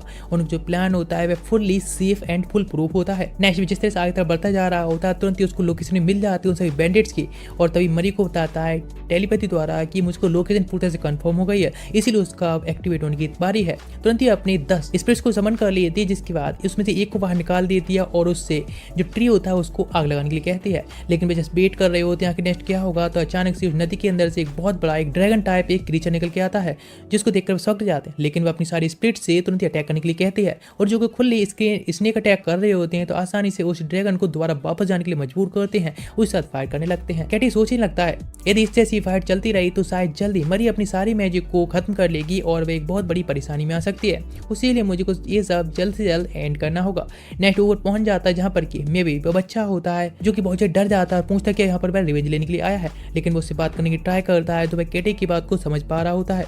तो वो बच्चा बताता है कि मैं कैसे प्लेस से आया हूँ जहाँ पर कि मेरे ग्रैंडफादर ने मुझसे कहा था कि बहुत ज़्यादा डेंजरस हो सकता है बाहर का वर्ल्ड, ह्यूमंस की तो भी बात करना, यदि ह्यूमंस ने हमें डिस्कवर कर लिए तो काफ़ी अधिक खतरनाक डिस्ट्रक्शन जैसा हो सकता है। लेकिन एक दिन बहुत सारे लोगों ने उसके विलेज के ऊपर अटैक कर दिया, पर सभी लोगों को मार दिया। लेकिन वह बच्चा था, एक इनोसेंट न्यूबी था, इसीलिए वह तुरंत ही उनको प्रोटेक्ट करने के लिए जाता है। लेकिन इस तरह से उसको वहाँ से पकड़ लिया गया, इसीलिए आप इसमें क्या कर सकता है। लेकिन इस तरह से उसकी बात सुनकर तुरंत ही वो उसको हाथ बढ़ाता है और उसकी हेल्प करने के लिए कहता है। इस बात पर मे भी होता है, तुरंत ही उसको एक्सेप्ट करता है। लेकिन तुरंत ही यहाँ पर आकर एक डैगर लगता है जिससे वह खुद को और उस बच्चे को भी प्रोटेक्ट कर लेता है। जब पता चलता है वह बैंडिट लीडर होता है, अपने बैंडिट के साथ में वापस आ चुका होता है। वह कहता मुझे तो कल लगा था कि तुम टेलीपोर्ट होकर यहाँ से भाग चुके हो, लेकिन लगा नहीं था वापस आओगे। लेकिन कैटी तो देख रहा होता है उसकी चेन्स होती हैं वे एक आयरन से बनी हुई होती हैं जिसको इस तरह से नहीं तोड़ा जा सकता है। लेकिन वह बंदा कह रहा होता है तुम बच्चे को ले आना चाहते हो, तुम्हारे बैग के अंदर जो स्टोन है वह मुझे दे दो। इस बात पर कैटी सोचता है मतलब उसे पता है मेरे बैग के अंदर क्या है, मतलब उसके पास में कोई ना कोई डिटेक्शन स्किल होंगे। लेकिन तुरंत ही वह बंदा जैसे कहता है अटैक करने के लिए उससे पहले स्पीड से जाकर वो उसके स्टोन को कट कर देता है, और जिसके साथ वह बंदा गुस्से में आ जाता है, उसकी स्पीड देखकर शॉक्ड होता है। सारे लोग एक बार में अटैक कर रहे होते हैं, तुरंत ही वो उसको एक कॉर्नर पर पहुंचा देते हैं, जिसके साथ में वहीं से कैट डिसअपियर हो जाता है। वह जो बच्चा होता है वह भी वहाँ से एस्केप करने लगा होता है। जैसे वो नीचे आता है तुरंत उसके पास में कैटे ही आ जाता है, वह देखकर शॉक्ड हो जाता है। कैटे कहता है चिंता ना करने के लिए, अभी अभी जो उसने देखा था वह उसका इल्यूजन था, इसीलिए तो उसको इल्यूजन स्वार्ड्समैन बुलाया जाता है। बिकॉज फाइटिंग में इतना स्ट्रॉन्ग नहीं है, इसीलिए उसने इस स्किल को ज़्यादा ट्रेन किया है खुद को प्रोटेक्ट करने के लिए और फाइट करने के लिए। लेकिन बच्चा मैं भी कहता है फिर भी कैटे ये काफी स्ट्रॉन्ग है, तुरंत ही उसको वहीं पर वेट करने के लिए कहता और कहता है कि मैं जाकर उनको देखता हूँ तो यहीं पर छुपे रहना। नेक्स्ट वहाँ से तुरंत ही वह फिर से डिसअपियर हो जाता है। इधर जब आसपास हम देख रहा होता है जिस तरह से वह लोग होती हैं अपने कैटे को ढूंढने की ट्राई कर रहे होते हैं, एक के पीछे जाता है स्पीड पर अटैक करता है, लेकिन दूसरा बंदा जिस पर अटैक करने की ट्राई करता है वहां से डिसअपियर हो जाता है लाइक शैडो। लेकिन मैरी बेबी सब देख रही होती है, बैटल फील्ड काफी अच्छी जा रही होती है, उनके प्लान के अकॉर्डिंग सब कुछ चल रहा होता है। कैटे देखता है उनका लीडर है वहीं पर खड़ा है, उसके पास में 2 बैंडिट्स हैं जो कि उसको प्रोटेक्ट करने के पीछे हैं। मतलब बंदा कोई आम नहीं है, वैसे ही मोटर से फाइट करना काफी इजी होता है, इस तरह से ह्यूमन के साथ में फाइट करना काफी ज्यादा ही अनइजी होता है। लेकिन बंदा होता है केवल उस रिवर की तरफ ही गौर से देख रहा होता है, वह कुछ भी नहीं कर रहा होता है, जस्ट अपने मैजिक को अचानक से एक्टिवेट कर देता है। जिसके बाद कुछ टाइम देखने के बाद कहता है मरी की लोकेशन किधर है बता देता है, 2 लोगों से अटैक करने के लिए कहता है। लेकिन जैसे वो अटैक करने के जा रहे होते हैं तुरंत केटे बीच में आता है और उनके ऊपर अटैक करता है। लेकिन उनका लीडर के भी एक अटैक आता है जिससे कि आसानी से डॉज कर लेता है, लेकिन फिर भी इंजर्ड हो जाता है और समझ जाता है उनका जो लीडर है वह केवल इस तरह से एक लीडर नहीं बल्कि वह एक सॉर्सरर भी है, यानी मैजिक भी यूज करना चाहता है। बेशक उसके पैर में चोट है लेकिन फिर भी वह काफी ज्यादा स्ट्रॉन्ग है, इस तरह ह्यूमन के साथ फाइट करना काफी खतरनाक है। लेकिन उनका लीडर कहता है तुम कुछ भी कर लो लेकिन जीतने वाला तो मैं ही हूँ। उनके लोग होते हैं वह मेवी की भी लोकेशन ढूंढ लेते हैं और उसको लेकर आ जाते हैं और तुरंत ही वह कहता है उससे उस स्टोन को देने के लिए मेवी के बदले में, लेकिन वह अपने टेलीपोर्टेशन को यूज करता है और मेवी के पास पहुंच जाता है। ये देखकर उनका लीडर कहता है मुझे पता है बेशक तुम्हारे पास टेलीपोर्टेशन है, लेकिन उसकी तुम्हारे पास एक लिमिट होगी, तुम उससे ज्यादा यूज नहीं कर सकते हो। लेकिन वह यहाँ से भागने के लिए पूरी तैयार होता है, दोबारा से टेलीपोर्टेशन यूज करता है, लेकिन नीचे वह एक गड्ढे में गिर जाता है मेवी को लेकर। वह बंदा तुरंत ही फ्रस्ट्रेटेड होता है और तुरंत ही सारे लोगों से कहता है अटैक करने के लिए। वहाँ एक ब्लास्ट होता है, जिस ब्लास्ट के साथ में अचानक से वह ड्रैगन टाइप क्रीचर होता है बाहर निकल के आ गया होता है, लेकिन वह किसी पर अटैक नहीं कर रहा होता, बस रुका हुआ होता है। तुरंत मेवी अपने पास से वह स्टोन निकालता है और कहता है ये इकलौता स्टोन है जो कि हमारे विलेज में मिला था और ये स्टोन है जिसकी वजह से हमारे विलेज था डेस्ट्रॉय हो गया था। मेरे ग्रैंडफादर ने कहा था ये सच में काफ़ी यदि यूनिक चीज़ है, काफ़ी खतरनाक भी हो सकती है, इसीलिए हमको ह्यूमन से और मॉन्स्टर से दोनों से ही दूर रहना होगा। लेकिन तभी कटई कहता है मैं भी इसे उस पर भरोसा करने के लिए और ये उस मॉन्स्टर को देने के लिए, बिकॉज ये मॉन्स्टर उसके ही पीछे पड़ा है। वह उस पर भरोसा करता है और मॉन्स्टर को दे देता है। जैसे मॉन्स्टर उस क्रिस्टल को लेता है वहाँ से वापस अंदर की तरफ चला जाता है किसी पर अटैक किए बिना, लेकिन अचानक से उनको एक मेज दिखती है, यानी कहते एक बुलबुलिया टाइप दिखती है। तुरंत ही वहाँ पर मेरी भी आ जाती है और वह उनको इस तरह सेफ देकर काफ़ी ज़्यादा खुश भी होती है। लेकिन नेक्स्ट बार तरफ देखती है उस उतनी बड़ी भूलभुलैया के लिए जो कि डंजन टाइप होता है और वह मेवी को भी सेफ देखती है तो उसको हक कर लेती है, वह काफी क्यूट भी होता है। नेक्स्ट बहुत सारे सोल्जर्स को वहाँ बुला लिया जाता है और उन सभी सोल्जर से कहता है अभी वह केवल मेवी की प्रोटेक्शन चाहता है। वे कहते हैं वैसे तुमने इतनी बड़ी डंजन को ढूंढा है जो कि शायद एक काफी अच्छी खोज भी साबित हो सकती है, लेकिन ये सच में एक टीनेजर बॉय ने ढूंढा है। लेकिन वह कहता है मुझे तो केवल मेवी की प्रोटेक्शन की जरूरत है। वह कहते हैं चिंता ना करने के लिए जो बैंडिट्स वगैरह हैं उन सबके सोल्जर्स देख लेंगे और वैसे मेवी की प्रोटेक्शन उसको भी हम देख लेंगे। लेकिन वैसे अभी जो डंजन है वह एक बहुत बड़ी खोज भी साबित हो सकती है, जिससे काफी सारे प्रॉफिट भी हो सकते हैं, लेकिन एक बहुत बड़ा डिजास्टर भी साबित हो सकता है। इसके बारे में तो हम आगे चल के देख पाएंगे जब इस डंजन को हम एक्सप्लोर करेंगे। लेकिन कटे सोचने लगता है यदि ये सब काफी अच्छा साबित हुआ और जिस तरह से मुझे इंस्टिंक्ट्स आ रही हैं तो मेरे ख्याल से मेवी को काफी अच्छे से सिक्योरिटी में रखा जाएगा, उसको सेफ रखा जाएगा। लेकिन नेक्स्ट इधर एक जगह पर जहाँ पर काफी सारे लोग होते हैं, बात कर रहे होते हैं, काफी हाई अप जा रहे लोग भी होते हैं। यहाँ पता चलता है रॉयल फैमिली है यानी किंगडम है, उन लोगों ने काफी सारे हाई लेवल के एडवेंचरर्स को उस डंजन के अंदर भेजा है। इधर कैटी सोचने लगता है उस डंजन के बारे में बात कर रहा होता है। मेरी कहती शायद उसके अंदर कोई मैजिक क्रिस्टल निकला तो ये कंट्री है सच में काफी ज्यादा लग्जरी कंट्री होने वाली है और काफी रिच होने वाली है। लेकिन ये जो मैजिक क्रिस्टल है और उस डंजन के ऊपर काफी सारे लोगों की आंखें हैं और उसको एक्सप्लोर करना चाहते हैं, लेकिन पहले से ही कंट्री यानी रॉयल फैमिली ने उस पर रोक लगा रखी है कि हाई लेवल की केवल एडवेंचर उसके अंदर एंटर कर सकते हैं, इसीलिए कोई भी इस तरह से ना जा सकता है एक्सप्लोर करने के लिए और ना ही हम। इस बात पर कैटी कहता है तो मेरे ख्याल से शायद तुम्हें कोई हाई लेवल की पार्टी देख लेनी चाहिए, तुम सच में एक्सप्लोर करना चाहती हो तो। मैं कहने लगती है आखिर तुम्हारा मतलब क्या है कहने का, ऐसा ही वैसे तुम सोच भी कह सकते हो, मैं उस तुम्हारे साथ में एक्सप्लोर करना चाहती हूँ, जाना चाहती हूँ, और हाँ वो कुछ ऐसा बोल देती है जो कि शायद उसे नहीं बोलना चाहिए था, काफ़ी एम्बेरसिंग होता है उसके लिए भी। लेकिन नेक्स्ट ये जो भी सारी बातें होती हैं वह उस ड्रैगन स्केल जो उस ड्रैगन ने दी होती है उसके द्वारा वह देख रहा होता है और सुन भी रहा होता है। और फिर वह कहता है कि मुझे नहीं लगा था ये लोग इस तरह से उस सीक्रेट डंजन का गेट को इतनी आसानी से खोल देंगे, लेकिन उन्हें नहीं पता है कितना बड़ा डिजास्टर है उसका वेट कर रहा है। लेकिन उसके जो एग्स होती हैं उनमें से लाइट चमक रही होती है, शायद वे जल्द ही हैच होने वाले होते हैं जिस तरह से उन पर क्रैक दिख रहे होते हैं उस अकॉर्डिंग, लेकिन उसको इसके बारे में ज़्यादा चिंता नहीं होती। लेकिन अभी ये सब स्टार्ट ही हो गया तो चलो देखते हैं। लेकिन मैं तो बस उस लंच बॉक्स का वेट कर रहा हूँ, शायद वे चाइल्ड लेकर आए, मैं उस लंच बॉक्स को दोबारा से एंजॉय करना चाहता हूँ। नेट दिखाया था मॉडल वर्ल्ड का सीन जहाँ पर मेरी होती है उस लंच बॉक्स के लिए खा रही होती है, यानी आज का जो खाना होता है खा रही होती है और उसकी हर एक बाइट को वह एंजॉय कर रही होती है, हर बाइट के लिए वह तारीफ कर रही होती है खाना कितना अच्छा बना है। लेकिन ये सब नॉर्मल होता है कैटे के लिए और वह कहता है तुम इस तरह से एंजॉय करो, और वह कुछ बता देता है खाने के बारे में और फिर वह तैयार होता है अपने ऑफिस जाने के लिए और कहता है हम साथ उस डंजन में जाने के लिए कोई कोई रास्ता निकाल लेंगे, बिकॉज वे लोग उन सभी रूल्स जो बनाए गए हैं रॉयल फैमिली द्वारा उनमें एक लूप होल ढूंढने की ट्राई कर रहे हैं जिससे कि हम लोग एंट्री कर पाए उस डंजन में। तो बताने लगती है एक लूप होल उसे पता है, हम लोग यदि किसी और पार्टी के साथ में शामिल हो जाए स्ट्रांग हो, या फिर हम लोग साबित कर दे कि हम इतनी स्ट्रांग हैं हम खुद को प्रोटेक्ट कर सकते हैं, तो शायद वे हमें जाने की परमिशन दे सकते हैं। इस बात पर हमें एक चांस भी हो सकता है। वह कहता है ठीक है तो हम नेक्स्ट इसके बारे में बात करेंगे। नेक्स्ट वहाँ से निकल जाता है ऑफिस तरफ, सोच रहा होता है कि मैं सच में काफ़ी यंग हूँ और मरी भी काफ़ी यंग है, हम इस तरह से अपने आप को इतना खतरे में नहीं डाल सकते। लास्ट टाइम जो उसकी फाइट होती है उन बैंडिट द्वारा तो उसने लगभग मरी को खतरे में डाल दिया था। हाँ वह तो टेलीपोर्ट होकर वहाँ से स्केप कर सकता है लेकिन मरी को प्रोटेक्ट नहीं कर सकता, बिकॉज हम लोग दोनों ही यहाँ पे अटैक कर सके और अटैक करते हैं, हमारे पास में कोई डिफेंडर नहीं जो हम शील्ड कर सके, इसलिए हमें कोई ऐसा बंदा ढूंढना होगा जो कि हमको शील्ड के तौर पर प्रोटेक्ट प्रोटेक्ट भी कर सके, लेकिन मेरे पास इतने पैसे भी नहीं है कि मैं किसको हायर कर सकूं, इसलिए हमको कोई ना कोई तो ढूंढना होगा जिससे हमारी एक परफेक्ट ट्रियो बन सके एक टीम का। नेक्स्ट दिखाया था मरी, जो कि घर की साफ सफाई कर रही होती है, घर क्लीन कर दिया होता है, जिसके बाद जैसा इंस्ट्रक्शन दिया होता है कटाई ने उसी अकॉर्डिंग वह मीट को रख देती है कुछ देर बनने के लिए और 30 मिनट के बाद निकालती है और फिर खाना लगती है। नेक्स्ट वह एनिमेशन को देखने लगती है और एनिमे में इतना बिजी होती है कि वो भूल चुकी होती है कटाई उसके पास में नहीं होता है और वह तारीफ कर रही होती है खाने की, जैसे कि कटाई उसके पास में बैठा हो। लेकिन इधर कटाई सोचने लगता है जिस तरह से उसने बताया कि सच में उसने उस खाने को उस तरह से बनाया होगा। अचानक उसके पास में एक मैसेज आता है जो कि इचिजी की तरफ से होता है और वह उसको इन्वाइट कर रही होती है डिनर पर अपने हस्बैंड के साथ में ही, लेकिन उसको पहले मना करता है लेकिन बाद में उसको एक्सेप्ट कर लेता है। और नेक्स्ट में दोनों लोग आगे होते हैं एक कोजी कैफे में, जहाँ पर कि दोनों ही कॉफी पी रहे होते हैं, जहाँ पर बताते हैं कि जो इंटीरियर है वह किसी भी टी स्टॉल से तो काफ़ी यदि अलग है, काफ़ी बेहतर भी है। नेक्स्ट में जैसे एक बार ट्राई करती है तो काफ़ी यदि उसे मतलब अजीब सा स्वाद लगता है, इसलिए उसके लिए थोड़ा शुगर ऐड करता है और फिर हाँ उसको काफ़ी यदि स्वाद पसंद आया होता है। नेक्स्ट वहाँ पर इचिजी अपने हस्बैंड के साथ में आती है टूरो के साथ में, जो कि ग्रीट करते हैं एक दूसरे के लिए और टूरो और कहते हैं दोनों एक दूसरे को इंट्रोड्यूस कराते हैं और कहते हैं हम लोग नेबर्स हैं और इस तरह से पहली बार मिल रहे हैं, इसीलिए चलो हम थोड़ा होटल में चलते हैं यहाँ पर कि खाना खा सकें। नेक्स्ट वे होटल में आए होते हैं जिसको देखकर शौक जाता है बिकॉज वे एक फ्रेंच कुजीज होती है, बताता है यहाँ पर तुम इस तरह से हेट वगैरह भी पहनकर नहीं जा सकती, अलाउड नहीं है। नेक्स्ट वे अंदर जाते हैं, यहाँ पर आसपास की इंटीरियर को देखता है, फिर जहाँ के मेन्यू वगैरह को देखता है तो काफ़ी ज़्यादा ही एक्सपेंसिव होता है यानी महंगा, इसलिए वहाँ से वो मना करना चाहता है। लेकिन टूरो कहता है कि इस सब का बिल वह भर देगा, बिकॉज ये चीज़ थी जो कि तुमको ये ट्रीट करना चाहती थी, इसीलिए ये सब मुझ पर छोड़ दो, तो वह भी अब मान ही जाता है। और ये चीज़ कहती है वैसे तुम्हें अपने जो वर्क है उससे थोड़ी सी अब छुट्टी ले लेनी चाहिए, मतलब थोड़ा रेस्ट लेना भी बीच बीच में जरूरी होता है और अभी वह यहाँ पर आ भी चुका है तो ये ठीक है।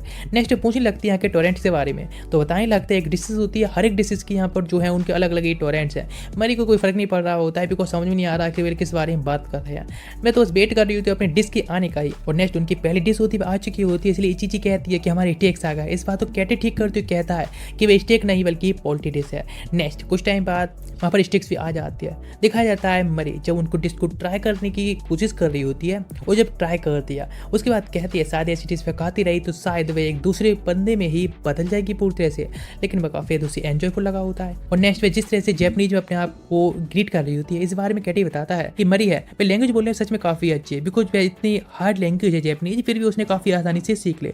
मरी बताती यहाँ पे एनिमी देखती हुए इससे ज़्यादा सीख गई।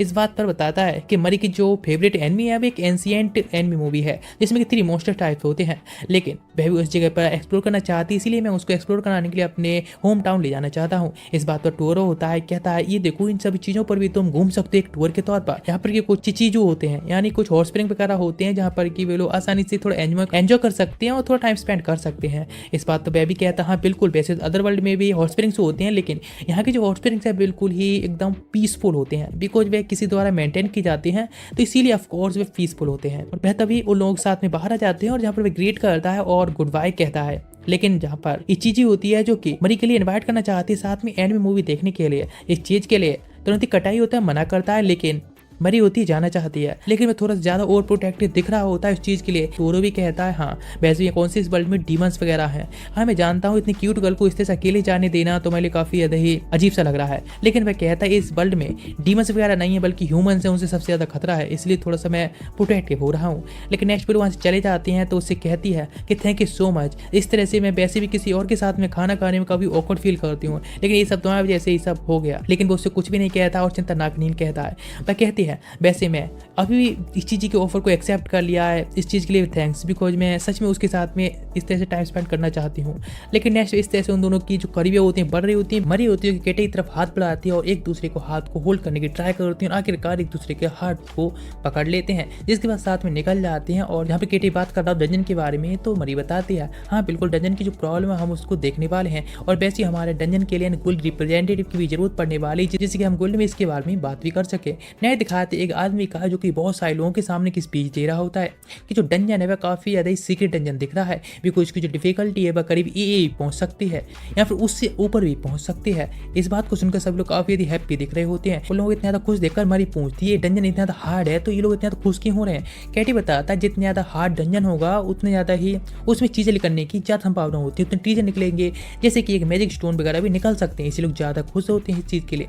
लेकिन जो डंजन है इसमें इस तरह से हर किसी को एक्सप्लोर के लिए नहीं भेजा जा सकता है क्योंकि काफ़ी खतरनाक हो सकता है। कैटे कहता है हमें पहले इसके बारे में और भी इन्फॉर्मेशन निकालनी होगी जिसके हमें आसपास के लोगों की बातों को सुनना होगा और जिसके बाद में लोगों से बात भी करनी होगी। मरी कहती वैसे तुम जापान में तो और लोगों से भी ऐसी बात कर लिया करती थी ना, लेकिन वह बिलस कर रहा होता है यहाँ पे इस तरह से बात करने से लोगों से।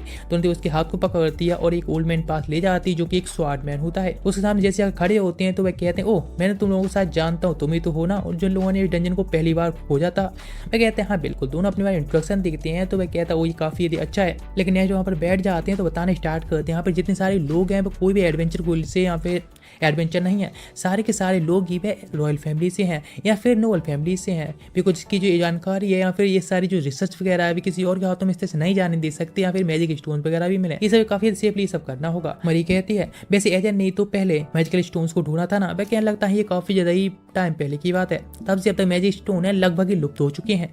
ऐसा लगता है देखकर कि शायद कोई है जो इन सभी डंजन को डिस्ट्रॉय कर रहा है और उन सबकी खोज में रुकावट पैदा करना चाहता है जिसके मैजिकल स्टोन ना मिले। लेकिन तभी वह एक बंदे को बुलाते हैं जो कि पहली बार बंदा होता है हैका।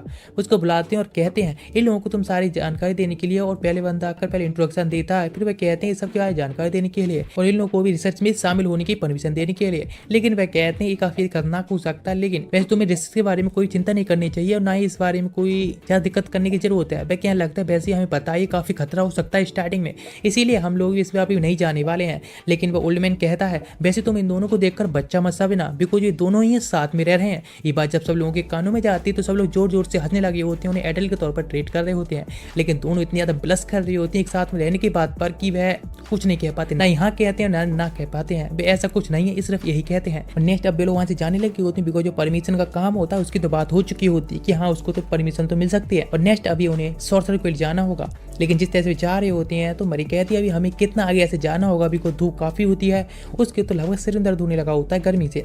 नेक्स्ट उसकी नजर जाती है एक शॉप पर, तो केटई कहता है इनमें से कोई एक फैंसी क्लॉथ में पहनने चाहिए, कलरफुल है, काफी अच्छे लगेंगे तुम पर। लेकिन वह कहती है सॉर्सर गोल्ड में गई तो उसको जान से मार देंगे ऐसे देखकर। लेकिन तुरंत ही उसको एक क्लॉथ देता है पहनने के लिए, लेकिन वह क्या करे, लेकिन वह पहनकर ट्राई करती है। लेकिन जिसे देखकर तो दोनों लोग शौक जाते हैं और केटी काफी ब्लश कर रहा होता है, उसके लिए वह काफी ज्यादा क्यूट लग रही होती है उन क्लॉथ्स में, काफी रिवीलियस भी शायद, तो इसलिए नेक्स्ट वे लोग वहाँ से चले जाते हैं मे भी उसे मिलने के लिए, जहाँ हैका भी होता है न बात करते हैं तो हैका बताता है वैसे यहाँ पर ज़्यादा लोग नहीं हैं जो कि कैड लैंग्वेज को बोल सकते हैं, लेकिन मैं उसको अदर कॉमन लैंग्वेज भी सिखाने की ट्राई कर रहा हूँ, लेकिन सच में काफ़ी हार्ड है। लेकिन देखकर ही लग रही है हैका और मेवे में इतनी ज़्यादा बनती भी नहीं है। नेक्स्ट वो कहते हैं मुझे तुमसे कुछ हेल्प चाहिए किस चीज़ में, जो कि एक स्टोन दिखाते हैं। उस देखने के बाद पहचान जाते हैं ये तो सेम वैसे स्टोन है जैसे कि एक मेबू के पास में था। वह कहते हैं क्या ये एक मैजिकल स्टोन है। नेक्स्ट मेबू जैसे उसको पास में हाथ ले जाता है तुरंत ही चमकने लगा होता है। वह समझ जाते हैं ये तो सेम मैजिकल स्टोन की तरह ही जैसे मेबू के पास में था, लेकिन इसकी जो प्रेजेंस है वो थोड़ी सी लो है। मरी कहती है यदि हम इसको थोड़ा मटेरियलाइज करें और थोड़ा इसको चेंज करें तो शायद ये काम कर सकता है। लेकिन अभी वो पहचान चुकी है मैजिक स्टोन ये चाहे कमजोर हो। तो हैका कहता है थैंक यू तुम लोगों की हेल्प के लिए, नेक्स्ट में इस सबको जाकर हायर अप्स को रिपोर्ट करूंगा। और वैसे क्या तुम मेबू को अपने साथ रख सकते हो, मतलब थोड़ी इसको लैंग्वेज सिखाने के लिए, बिकॉज मैं पूरा टाइम उसके पास नहीं रह सकता हूँ चीज़ के लिए। वे वहाँ से चला जाता है। नेक्स्ट मेबू कहता है मैंने सुबह से लंच भी नहीं किया है, नहीं ब्रेकफास्ट में भूख लग गया। तो कहते हैं ठीक है तो हम अपना लंच तुम्हारे साथ शेयर करेंगे। नेक्स्ट उसके साथ में सूसी शेयर करता है, लेकिन जब मेबू देखता है कि ये किस तरह की डिश है और कि क्या है, तो इस बात में मरी बताती है सूसीज हैं। तो उनकी उसको ट्राई करने के लिए देती है, लेकिन उनको जो स्वाद होता है वो उसे काफ़ी पसंद आया होता है और कहता है ये तो मैंने पहले कभी टेस्ट भी नहीं किया है। लेकिन कहते कहता है चिंता ना करने के लिए जितना चाहो उतना खा सकती हो और तुम पेट भर के खाओ। नेक्स्ट इतना तो उसको क्यूट देखकर तुरंत उसको हक कर लेती है, सच में उसके तो मजे ही मजे हैं। नेक्स्ट वे दो चीज़ों को निकालता है जो कि ड्रैगन स्केल और भाई क्रिस्टल होता है, दोनों को रिफाइन करना चाहता है। मैं उसे देखता है और कहता है कि ओ सच में ये तो काफ़ी ज़्यादा ओवर फीलिंग पावर के साथ में और साथ किसी और चीज़ से कनेक्टेड में है, इसको इस तरह से रिफाइन करना तो काफ़ी ज़्यादा हार्ड है। लेकिन जिस तरह से वह डिम लाइफ हो रही होती है, मरी कहती है क्या हो सकता है कि शायद ड्रैगन को कोई खतरा हो जिस वजह से ये सब हो रहा है। लेकिन केटे कहता है वह तो सो रही होगी ना, तो इससे ज़्यादा उस पर क्या खतरा हो सकता है, वह सबसे ज़्यादा स्ट्रॉन्गेस्ट है। लेकिन जो लाइट होती है काफ़ी ज़्यादा डिम हो रही होती है, अप हो रही होती है। तो केटे कहता है शायद लगता है कुछ खतरा हो सकता है। तो मरी कहती है हाँ चलो हम जाकर एक बार केव में चेक कर लेना चाहिए आखिर ड्रैगन कैसी है। नेक्स्ट सोशल गुल्ड का असिस्टेंट गुल्ड लीडर होता है जो कि सभी लोगों को अनाउंस करता है कि अरेल ने हमें परमिशन देती है, इसीलिए हम ऑफिशियल तौर पर इस डंजन की रिसर्च स्टार्ट कर सकते हैं। और इसीलिए ये जो ए रैंक डंजन है इसके लिए जो ज़्यादातर एडवेंचर जिनकी रैंक कम है हम उनको इस तरह से एक्सप्लोरेशन के लिए नहीं भेज सकते हैं, और इसीलिए इसको एक्सप्लोरेशन करने के लिए हमको एक रिप्रेजेंटेटिव की जरूरत पड़ने वाली है। इस बात पे एक बंदा हाथ उठाता है, इसका नाम सन होता है, और कहता है कि मेरे अलावा ये कौन कर सकता है। उसके पास एक गर्ल होती है सोटरी, और वह इस चीज़ के लिए मना करती है और कहती है तुम्हें क्या लगता है यहाँ पर कोई और बंदा है तुम्हारी तरह इस चीज़ को इंटरेस्टेड नहीं है। लेकिन बिना किसी वार्निंग के भी यहाँ पे ड्राई हुए वे लोग चुप है, मतलब कुछ तो हो सकता है। इसलिए इस चीज़ का डिसीजन है वह उसी बंदे पर छोड़ देती है, आखिर किसको आप रिप्रेजेंटेटिव तौर पर बनाएंगे। सुन कहता है कि सब इस तरह से छोड़ना ठीक है, लेकिन उसको इस चीज़ पे ज़्यादा भरोसा है। नेक्स्ट जब जा रहा होता है तो सोचता है कि आखिर मरी के साथ में जो बंदा रहता है यानी कटे की बात चल रही है, आखिर है कौन जो इतना मिस्टीरियस है।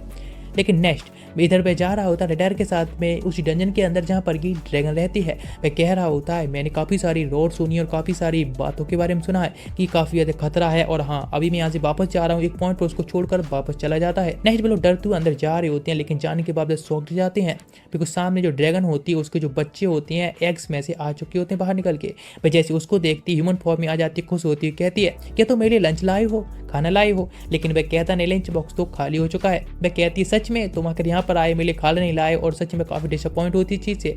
लेकिन वह कहता है चिंता ना करने के लिए वह उसके लिए जैपनीज हॉट स्प्रिंग ले जाएगा। ये सुनकर वह काफ़ी खुश होती है और एक बाधा होता है। नेक्स्ट बाहर आने के बाद मरी पूछता है कि तुमने इस तरह से कोई बाधा उसके साथ कैसे कर दिया, मुझे डिस्कस करे बिना। लेकिन वो उससे माफ़ी मांगता है, लेकिन अभी उन्हें याद आता है गुल तो बंद होने वाली होगी, इसलिए हमें जल्दी चलना चाहिए। नेक्स्ट वो गुल काम के लिए निकल जाती है और इधर मरी गुल के काम में बिजी रहती है, और हमारा केटे ही होता है जो कि मॉडल वर्ल्ड के अपने ऑफिस वर्क में ज़्यादा बिजी रहता है।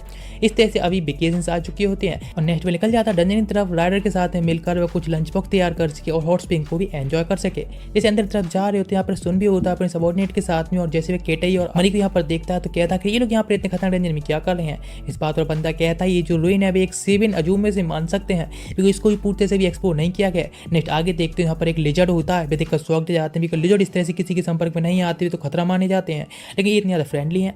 नेक्स्ट आगे तरफ जा रहे होते हैं जहाँ पर कि बहुत बड़े 2 गार्डियंस होते हैं जो कि उन लोगों के ऐसे पास होने देते हैं, उन्हें पता भी नहीं चलता यहाँ पर गार्डियन खड़े हैं। लेकिन वह जब देखता आगे तरफ इंसाइट यूज करके तो पता चलता है वहाँ पर एक ड्रैगन है, असलियत का एक ड्रैगन है, और जहाँ पर उसके 3 चाइल्ड भी हैं। लेकिन जैसे वह थोड़े से आगे बढ़ते हैं और रिवील होते हैं तुरंत ही वह गार्डियन उनको वहीं पर घेर लेते हैं। वह तुरंत ही अपनी सबॉर्डिनेट से कहता है यहाँ से एस्केप स्पेल यूज करने के लिए, और वहाँ से भाग जाते हैं। इधर ड्रैगन उसे पता चलता है कि शायद बाहर कोई है, लेकिन कुछ बग से अलावा और कुछ नहीं, कीड़ा मकोड़ी है उसके लिए। तो वह नेक्स्ट वह कहता है ठीक है तुम लोगों को तैयार रहना चाहिए, जब तुम जागोगे तो मॉडल वर्ल्ड में होगे मेरे साथ में। इधर भी लोग सोचने लगते हैं आखिर ये केटा ही है कौन जो इस तरह से उन ड्रैगन से भी पास में चला गया और उसने कुछ नहीं कहा। नेक्स्ट जब जागा होता है तो वह एक और गर्ल के पास में होता है जो कि फुल्ली नेकेड होती है, और हाँ उसको एंजॉय भी करता है। लेकिन नेक्स्ट उसके सींगों को और उसकी पूंछ को देखता है तो उसको देखकर तुरंत ही उसको छुपाने के लिए कोई ना कोई तरीका ढूंढने के लिए कहती है मरी, बिकॉज इस वर्ल्ड में ऐसे नहीं घूम सकते।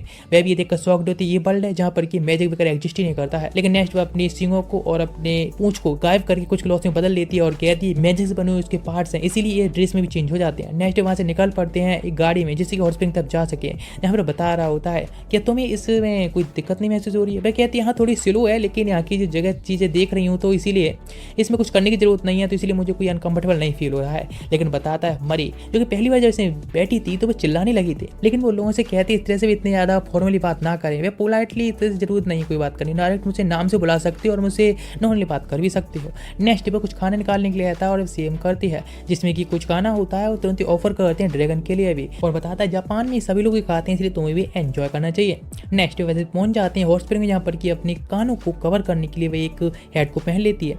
जैसे पूछती है राइडरा कि अगर तुम ये क्या कर रही हो तो ताते इस तरह से यहाँ पर कोई एल्फ नहीं है इसीलिए सब कवर करना जरूरी है वरना कमोशन हो सकता है। वह तुरंत उसके पास जाते हुए मैजिक कुछ ईयरिंग्स की वजह से उसके कानों को छुपा देती है और कहती जब तुम चाहो तब तुम इसको निकाल कर अपनी असली फॉर्म में भी आ सकती हो। ये देखकर वह काफ़ी खुश होती है अब कहीं पर भी घूम सकती है, इसलिए आकर उसको हक कर लेती थैंक्स करती है। नेक्स्ट पे कुछ पटाटो यानी आलू को खाते हैं जो कि थोड़ी सी अलग डिश बनी है, इसीलिए वे पहले तो नॉर्मल समझते हैं लेकिन खाने के बाद उन्हें पता चलता है कितना अच्छा टेस्ट है। नेक्स्ट एक प्राइवेट हॉट स्प्रिंग में गए होते हैं बिकॉज उसने पहली पता ये सब दिक्कतें हो सकती है उनकी मैजिकल चीज़ों की वजह से, इसीलिए उसने पहले प्राइवेटली बुक कर रखा होता है, इसलिए उनको कोई दिक्कत नहीं है अपने कानों वगैरह दिखाने के बाद भी। नेक्स्ट जैसे भी अंदर जाने वाले होते हैं तुरंत ही मरी कहती है रुको तुम थोड़ा हमें पहले खुद को बास कर लेना चाहिए, अपने आप को नहा लेना चाहिए जिससे कि हम हॉट स्प्रिंग में बैठ सकें, एक अच्छा मैनर होते हैं। वे तुरंत ही चले जाते हैं यहाँ से बिकॉज ईयरिंग निकालनी होगी लेकिन अभी प्राइवेट में है तो इसीलिए उसको कानों को दिखाने में कोई दिक्कत नहीं है। इसके बाद बात लेने के बाद आ जाते हैं हॉट स्प्रिंग में बैठ जाते हैं और सच में उनके लिए काफ़ी ज़्यादा ही रिलैक्स लग रहा होता है और काफ़ी खुश होते हैं कि ये चीज़ें सच में इतने रिलैक्सफुल हो सकती हैं। लेकिन वह कहती है वैसे तुम्हारी एंशिएंट ड्रीम्स के बारे में क्या, तुम जिसमें जाने के बारे में प्लानिंग कर रही हो। वह कहती है हाँ ये थोड़ी सी है तो लेकिन तुम्हें कैसे पता कि हम इसके बारे में प्लानिंग कर रहे हैं। वह कहती है मैं उस स्किल द्वारा तुम्हारी सारी चीज़ों को सुन रही थी आखिर तुम क्या कह रहे हो, लेकिन वैसे तुम पूरा दिन एक कटे के साथ में चिपकी रहती हो ना, ये सुनकर ब्लश करने लगती है और कहती है आगे से मैं कभी तुम्हें हॉट स्प्रिंग के साथ में नहीं लेकर जाऊंगी। नेक्स्ट आप बाहर निकल के आए होते हैं सोचते हैं कि ये क्या है, इस तरह से लोग प्राइवेट में जा रहे हैं तो पता चलता है अंदर एक हॉट स्प्रिंग होता है यानी मतलब एक रूम जो कि काफ़ी हॉट एयर से भरा होता है। नेक्स्ट पे भी वहाँ बैठ जाते हैं और हाँ जो कि उनकी बॉडी के लिए ऐसा होता है इसीलिए उनके जो चेहरे का कलर वगैरह होता है थोड़ा सा रेड होने लगा होता है, उधर जो हवा होती है गर्म होती है इसीलिए। लेकिन मैं कहती सच में तुम तो अपने आप को काफ़ी ज़्यादा मेंटेन करती हो, लेकिन इस बात पर मरी कहती है हाँ, लेकिन मुझे नहीं लगता केटी मुझको एक वुमन के तौर पर भी देखता है। मैं कहती है वो ऐसा है क्या, लोगों मेरे पास एक प्लान है। तुरंत ही उसको प्लान के अकॉर्डिंग बताती है और ये सब करने के लिए कहती है। नेक्स्ट आ जाती है केटी के पास में और उससे कुछ बात करने लगी होती है। यह बताती है यहाँ पर और सच में काफ़ी एंजॉयबल है। नेक्स्ट वो कहता है फुटबाथ लेने के लिए जिसमें उसे पैर रख कर रखना है। मैं बताता है इस तरह से हमारी पूरी बॉडी है इससे गर्म हो जाएगी। वह सेम करती है और तभी वह कहती है थैंक यू सो मच, तुमने मेरी इतनी हेल्प की और जो भी किया उसके लिए। लेकिन सच में मैं तुम्हारी तरफ जब भी देखती हूँ ना तो तुरंत ही उसके करीब जाती है और उसके सर पर किस कर लेती है, जिस वजह से वह सौंपते जाता है, वो काफ़ी ब्लश कर रहा होता है। लेकिन ये सब प्लान होता है रेडर का। वो कहती है कि तुम्हें उसके पास जाना और करीब जाकर उसको कहीं पर भी एक बार किस कर लेनी है। यदि वह इस तरह से सही होगा, ब्लश करेगा तो तुम समझ रही हो ना, तुम समझ जाना। नेक्स्ट वे ये देखती है और वहाँ से बाय करके चली आती है, लेकिन केटी तो वहाँ पर ब्लश ही करता रहता है।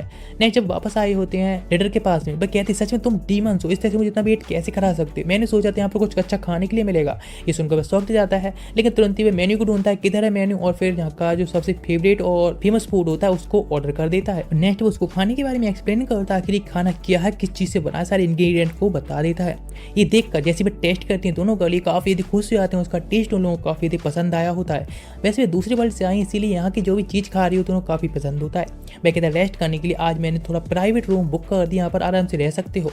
नेक्स्ट वह काफ़ी एंजॉयबल होती है और रेडर होती है वहीं पर एंजॉय से लेट जाती है। मैं कहने लगता है वैसे तुम लोग यहाँ पर अभी हॉट स्प्रिंग भी ले सकते हो, मतलब लास्ट टाइम जाने से पहले एक बार बात लेने में कोई दिक्कत नहीं है, जो कि एक बिग बात होगा, इसलिए तुम अपने टाइम को स्पेंड कर सकते हो। इस चीज़ से दोनों गर्ल्स खुश होती हैं और यहाँ पर रेडर होती है जो कि बात लेने चली जाती है और मरी होती है वहीं पर सो चुकी होती है, लेकिन वो उसको देख रहा होता है और अपनी केवल सर की तरफ ही देख रहा होता है जहाँ उसने किस किया था। नहीं, जब वापस जा रहे होते तो हमारी सो चुकी होती है, इसलिए अपनी जैकेट से उसको ढक देता है। ये देखकर राइडर कहती है वैसे ज्यादातर वुमेन्स होती हो कि हमेशा मेंस का ख्याल रखती है, लेकिन तुम तो सच में काफी ज्यादा ही अच्छी हो। वैसे मरी को इस तरह से छोड़ मत देना। वह कहने लगता है मतलब क्या तुम्हारे कहने का, ओ ऑफ कोर्स मैं यही बात कर रहा हूँ, तुम समझ रहे हो। और वैसे तुम एनसीटी में जा रहे हो ना, तुम दोनों काफी बड़ा खतरा होने वाला है, क्या तुम सच में इस चीज को एक्सेप्ट ही कर सकते हो। वह कहते हैं लेकिन मैंने तुम्हें इसलिए नहीं इन्वाइट किया बिकॉज तुम एक ड्रैगन हो, काफी पावरफुल हो। वह कहने लगती है ओ इसीलिए क्या, तो इसलिए तुम मुझको अपना साथ ही नहीं समझती हो। तुम रोने लगी होती है, उसको चुप करने के लिए कहता है। नेक्स्ट बाहर आते हैं, फिर उसको भी ड्रिंक करने के लिए देता है और जिसके बाद बात करने लगी होती है कि वैसे मैं तुम्हारे साथ जाने में कोई दिक्कत नहीं है, बिकॉज तुम्हारी जो पार्टी है वैसे भी एक अनऑफिशियली अनअप्रूव्ड पार्टी है, इसलिए मैं तुम्हारे साथ में चलूंगी, हम तीन लोग साथ में सही रहेंगे। वे कहता है लेकिन इस तरह से तुम्हारी जो चाइल्ड है उनको तुम कैसे ग्रो कर रही हो। तो वह कहने लगती है ना करने के लिए, बिकॉज उसकी असली बॉडी अभी भी वही डंजन में है मेरी चाइल्ड के साथ में। ये तो मेरा बस एक कोर है जो किस तरह से तुम्हारे साथ में ट्रांसफर होकर आया है, इसीलिए तुम्हारे साथ रहने कोई दिक्कत नहीं है। वे कहते हैं लेकिन यदि तो कुछ होता है तो कोई दिक्कत तो नहीं होगी। वे कहते हैं ना करने के लिए, बस मुझे बार बार बस रिफ्रेश करने के लिए जाना होगा। और नेक्स्ट वे लोग वापस आ चुके थे, यहाँ पर जा रहे होते हैं अपनी एंशिएंट डंजन की तरफ, यानी पहले गोली जाना होगा, एंशिएंट डंजन की तरफ निकलेंगे। लेकिन लास्ट रास्ते में उसको सुइन मिला होता है, तो बताने लगती है वैसे हम जिस तरह से रास्ते में जा रहे हैं बस वह बार बार बीच में थोड़ी सी गायब उतरेगी और कोई दिक्कत वाली बात नहीं है। सुइन कहता है वैसे तुम आखिर उस डंजन के अंदर सर्वाइव कैसे कर पाए जिसके अंदर इतना ज़्यादा खतरनाक मॉन्स्टर है जो किसी चीज़ को आसानी से डिस्ट्रॉय कर सकता है। इस बात पर वह कहता है तुम इस इन्फॉर्मेशन को करने के हवाले हो। वह कहता है ऑफ कोर्स मैं इस टॉर्चर करने के बाद तुम लोगों से जानकारी निकालूंगा और बिलियंस ऑफ पैसे कमाने वाला हूँ। और तुरंत ही अपनी सबॉर्डिनेट से वहाँ पर स्लाइम से समन करने के लिए कहता है, उनको गेने के लिए कहता है। वह तुरंत ही पूछता है राइडरा से कि वैसे तुम्हारे पास कोई स्वाड वगैरह है। तुरंत ही एक स्वाड देती है और कहती है इसको आसानी से खत्म करने के लिए और उसको संभालने के लिए इसको तो मैं संभाल लूंगी। नेक्स्ट भी दोनों फाइट करने एक साथ में होती हैं और उधर तीन लोग अलग होते हैं। इधर दिखाया जाता है लोडरी जो कह रही होती सभी लोगों से कि कुछ अच्छा शो देखने के मिलने वाला, इसीलिए सब लोग ध्यान दो जरा। और जहाँ पर नेक्स्ट पे देखने लगे होते हैं सुइन जैसे से फाइट कर रहा होता है किटे के साथ में, सब लोगों को भरोसा होता है कि किटे को यानी उस बच्चे को सुइन आसानी से हरा देगा। नेक्स्ट जैसे अटैक कर रहा होता है तो किटे आसानी से सब डॉज करता जा रहा होता है। वह देखता है और कहता है कि तुम नेक्स्ट क्या करने वाले। तुरंत जैसे अटैक करने के लिए जाता है उस पर भी काउंटर अटैक कर देता है डॉज करने के बाद। नेक्स्ट इधर दिखाया था बंदा उसका सबॉर्डिनेट होता है, वह कहने लगता है तुम लोग मेरे सामने इस तरह से बचकर नहीं जा सकते, वैसे इस तरह से गुल मेमर्स के बीच में फाइट करना थोड़ा ठीक नहीं है। लेकिन इधर मरी पूछ रही होती है राइडरा से कि आखिर वे आप क्या करने वाली नेक्स्ट, इस तरह से उसके खिलाफ वे क्या यूज करने वाले हैं उसको खत्म करने के लिए। वे कहने लगता है कि इस तरह से मुझे इग्नोर करके तुम ऐसे कैसे कर सकते हो, मैं तुम्हें नहीं छोड़ूंगा। और ये कहकर वह कुछ लिजर्ड्स को वहीं पर समन कर देता है। ये देखकर तुरंत ही अपने टेल को समन करती है, अपने एक सिंग को भी निकाल लेती है और अचानक से जमीन के अंदर से एक ड्रैगन मुंह निकलता है और जो कि उन सभी लिजर्ड्स को खा जाता है। ये देखकर बंदा शॉक्ड जाता है आखिर ये है कौन। तुरंत ही उसकी प्रेजेंस महसूस होती है, पता चलता है एक ड्रैगन है। ये देखकर बिल्कुल ही शॉक्ड जाता है। राइडर कहती है इस तरह से इस बच्चे के साथ में फाइट करना इस तरह से ठीक नहीं है, इसीलिए वो ड्रैगन मुंह होता है तुरंत ही अंदर नीचे चला जाता है। इधर दिखाया था केटे जैसे अटैक कर रहा होता है, वह बंदा अपने दोनों हाथों से ब्लॉक कर रहा होता है, तो समझ जाता है उसके जो हाथ है वो काफी स्ट्रॉन्ग है, काफी हार्ड है, इसीलिए डिफेंस पे ज्यादा ध्यान देगा और मौका मिलते उस पर अटैक करेगा। जैसे ये बंदा होता है कहता है कि क्या तुमने सब अपना ऑल आउट यूज कर लिया है, क्या यही सब कुछ तुम कर सकती हो। जैसे वो अटैक करता है तुरंत ही कैटाई डॉज कर लेता है, और जैसे ही कैटाई अटैक करता है तो वह डॉज कर लेता है, सोचता है कितना ज़्यादा फास्ट है। नहीं, जैसे उस पर अटैक कर देता है उसके चेहरे पर भी कट मार देता है। वह बंदा कहता है तुम सच में काफ़ी वीकेस्ट हो। वह समझ जाते ये बंदा फ्यूचर को प्रिडिक्ट कर सकता है मैं क्या नेक्स्ट अटैक करने वाला हूँ। तुरंत पानी में जाकर गिरा होता है, यहाँ पर कि दोनों गर्ल्स भी उसे देखने के मिलती हैं, और राइडर कहती है यदि तुम इस स्वार को अपने पास रखना ही चाहते हो तो जाओ उस बंदे को हराओ, तो ये स्वार तुम्हारी हो जाएगी। वह कहता है ठीक है। नेक्स्ट वो वापस आ चुका होता है उसी बंदे के पास में। वह बंदा कह रहा होता है ओह सच में तुम्हें क्या लगता है अब तुम क्या स्किल यूज करने वाले हो नेक्स्ट, तुम यहाँ पर हारने वाले हो। कैटाई कहता है मुझे पता है तुम्हारी स्किल क्या है, तुम जिससे प्रेडिक्ट कर सकते हो, क्या तुम सच में प्रेडिक्ट कर सकते हो मुझे। नेक्स्ट अपने इल्यूजन मैजिक को यूज करता है, मतलब एक स्पीड टाइप, जिससे कि वह बंदा प्रेडिक्ट ही नहीं कर पाता किस तरह से कौन कौन से अटैक वे करने वाला है, कि साथ मुझे डेयर करता है और कहता है तुम जितनी भी अटैक प्रेडिक्ट कर सकते हो उसमें से सारे अटैक को प्रेडिक्ट नहीं कर सकते हो। नेक्स्ट वे गोली में आ जाते हैं, जहाँ पर जो बंदा होता है वह सच में एक काफ़ी काइंड ओल्ड मैन होता है, और जो कि उनके लिए परमिशन तो दे देता है, लेकिन कहता है कि सच में तुम गारंटी दे सकते हो कि जो ड्रैगन है तुम्हारे साथ में राइट रहा वह धोखा नहीं देगी। वे कहते हैं ऑफकोर्स हम चीज़ें गारंटी दे सकते हैं, लेकिन बाद में ओल्ड मैन राइडर से बात करने लगता है काफ़ी फैमिली तौर पर, मतलब वे पहले से ही एक फ्रेंड होते हैं, और वह उससे कहता है कि उन बच्चों का ख्याल रखने के लिए, राइडर के चिंता ना करने के लिए। नेक्स्ट म्यूवी जैसी देखता है राइडर के लिए वह डर जाता है, और ड्रैगन ब्लड का जो ब्लू क्रिस्टल होता है उसकी प्रॉब्लम भी म्यूवी नहीं समझ पा रहा होता है, इसलिए राइडर उसकी हेल्प करती है और जिसको एक बॉन्ड के साथ में मर्ज करके वह मरी के लिए दे देते हैं, इसके लिए काफ़ी यूजफुल भी हो गए। नेक्स्ट पहुंच जाता है उसी एंशिएंट डंजन की तरफ, जहाँ पर की चीज़ें देखते हैं काफ़ी शौक जाते हैं। इस बात पर बताता है आसपास में जो भी है काफ़ी सारे कैंप लगे, इसलिए हमें भी चलो मार्केट जाकर कुछ चीज़ खरीद लेनी चाहिए। इस बात पर राइडर कहती है ठीक है मैं यहाँ पर तुम्हारी स्पॉट को घेर कर रखूँगी तब तक, किसी और के आने से पहले। नेक्स्ट वो पहुंच जाती है मार्केट में, जहाँ पर कि उन बच्चों को देखकर वह लोग होते हैं कहते हैं यहाँ पर बच्चों के लिए कुछ भी नहीं है, इसीलिए तुम यहाँ से जाओ कहीं और से देखो। लेकिन बताते हैं हम यहाँ पर एक्सप्लोरेशन टीम में ऐसे हैं और यहाँ पर रंजन को एक्सप्लोर करने के लिए आए हैं। लेकिन इस बात पर बंदा कहता है कि हमारा जो प्राइस है काफ़ी हाई है, लेकिन वहाँ पर तुरंत एक बंदा आता है इसको देखकर पहचान लेते हो मास्टर सेरा है, जो कि हाउस ऑफ 1000 का मास्टर है। लेकिन वह कहता है इस तरह से तुम इन गेस्ट्स को हाई प्राइस पे चीज़ें कैसे बेच सकते हो। तुरंत ही वह कहता है ठीक है हम तुमको ये सारी चीज़ें ऑफर करेंगे, क्योंकि तुम्हारी वजह से ही तुमने इस डंजन को ढूंढा है, उसी वजह से हमारा जो बिजनेस है आज से चल रहा है। उसको काफ़ी सारे फर्नीचर वगैरह भी देता है और एक टेंट भी देता है रहने के लिए।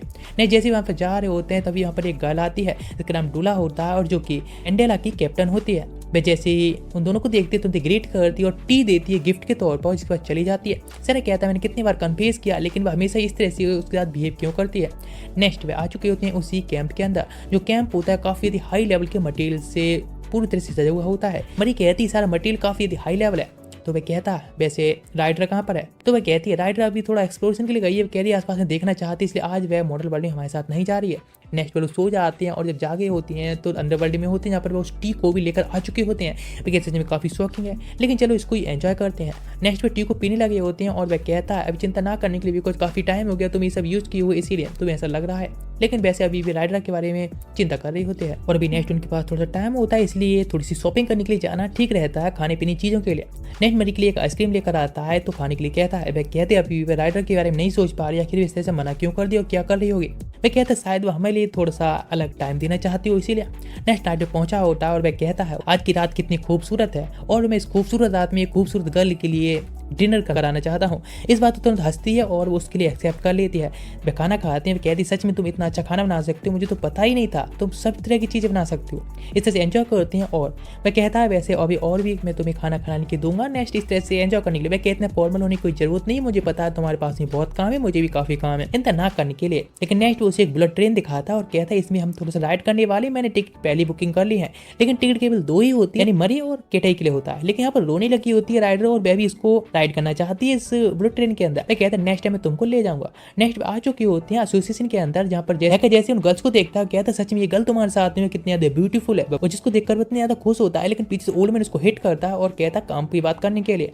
वह बताने लगता है कि हमारे कुछ एक्सप्लोरर्स ने कुछ एक मैप क्रिएट किया है, जो मैप उनकी हेल्प से काफी अच्छे से क्रिएट हो गया है और एक डिवाइस देते हैं जो कि एक बात करने के तौर पर काफी अच्छी रहेगी, इसीलिए तुम उसको ले आ सकते हो दोनों चीजों को ही।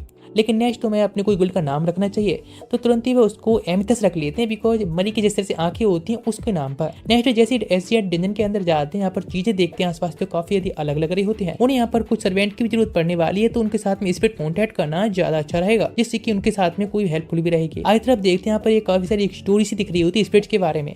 इस बात राइडर कहती है मुझे इसके बारे में सब कुछ पता है, लेकिन तुम्हें खुद ही धीरे धीरे करके इसके बारे में रिसर्च करना, खोज करना काफी एक्साइट रहेगा, खुद ही करो। लेकिन यहाँ पर केटी थोड़ी सी इस बारे में प्रैक्टिस भी करना करना चाहता है तो तुरंत इस चीज़ को राइडर कहते हैं ठीक है मैं हूँ ना, तो आई प्रैक्टिस करवाऊंगी और तुरंत उस पर अटैक करना स्टार्ट करती है।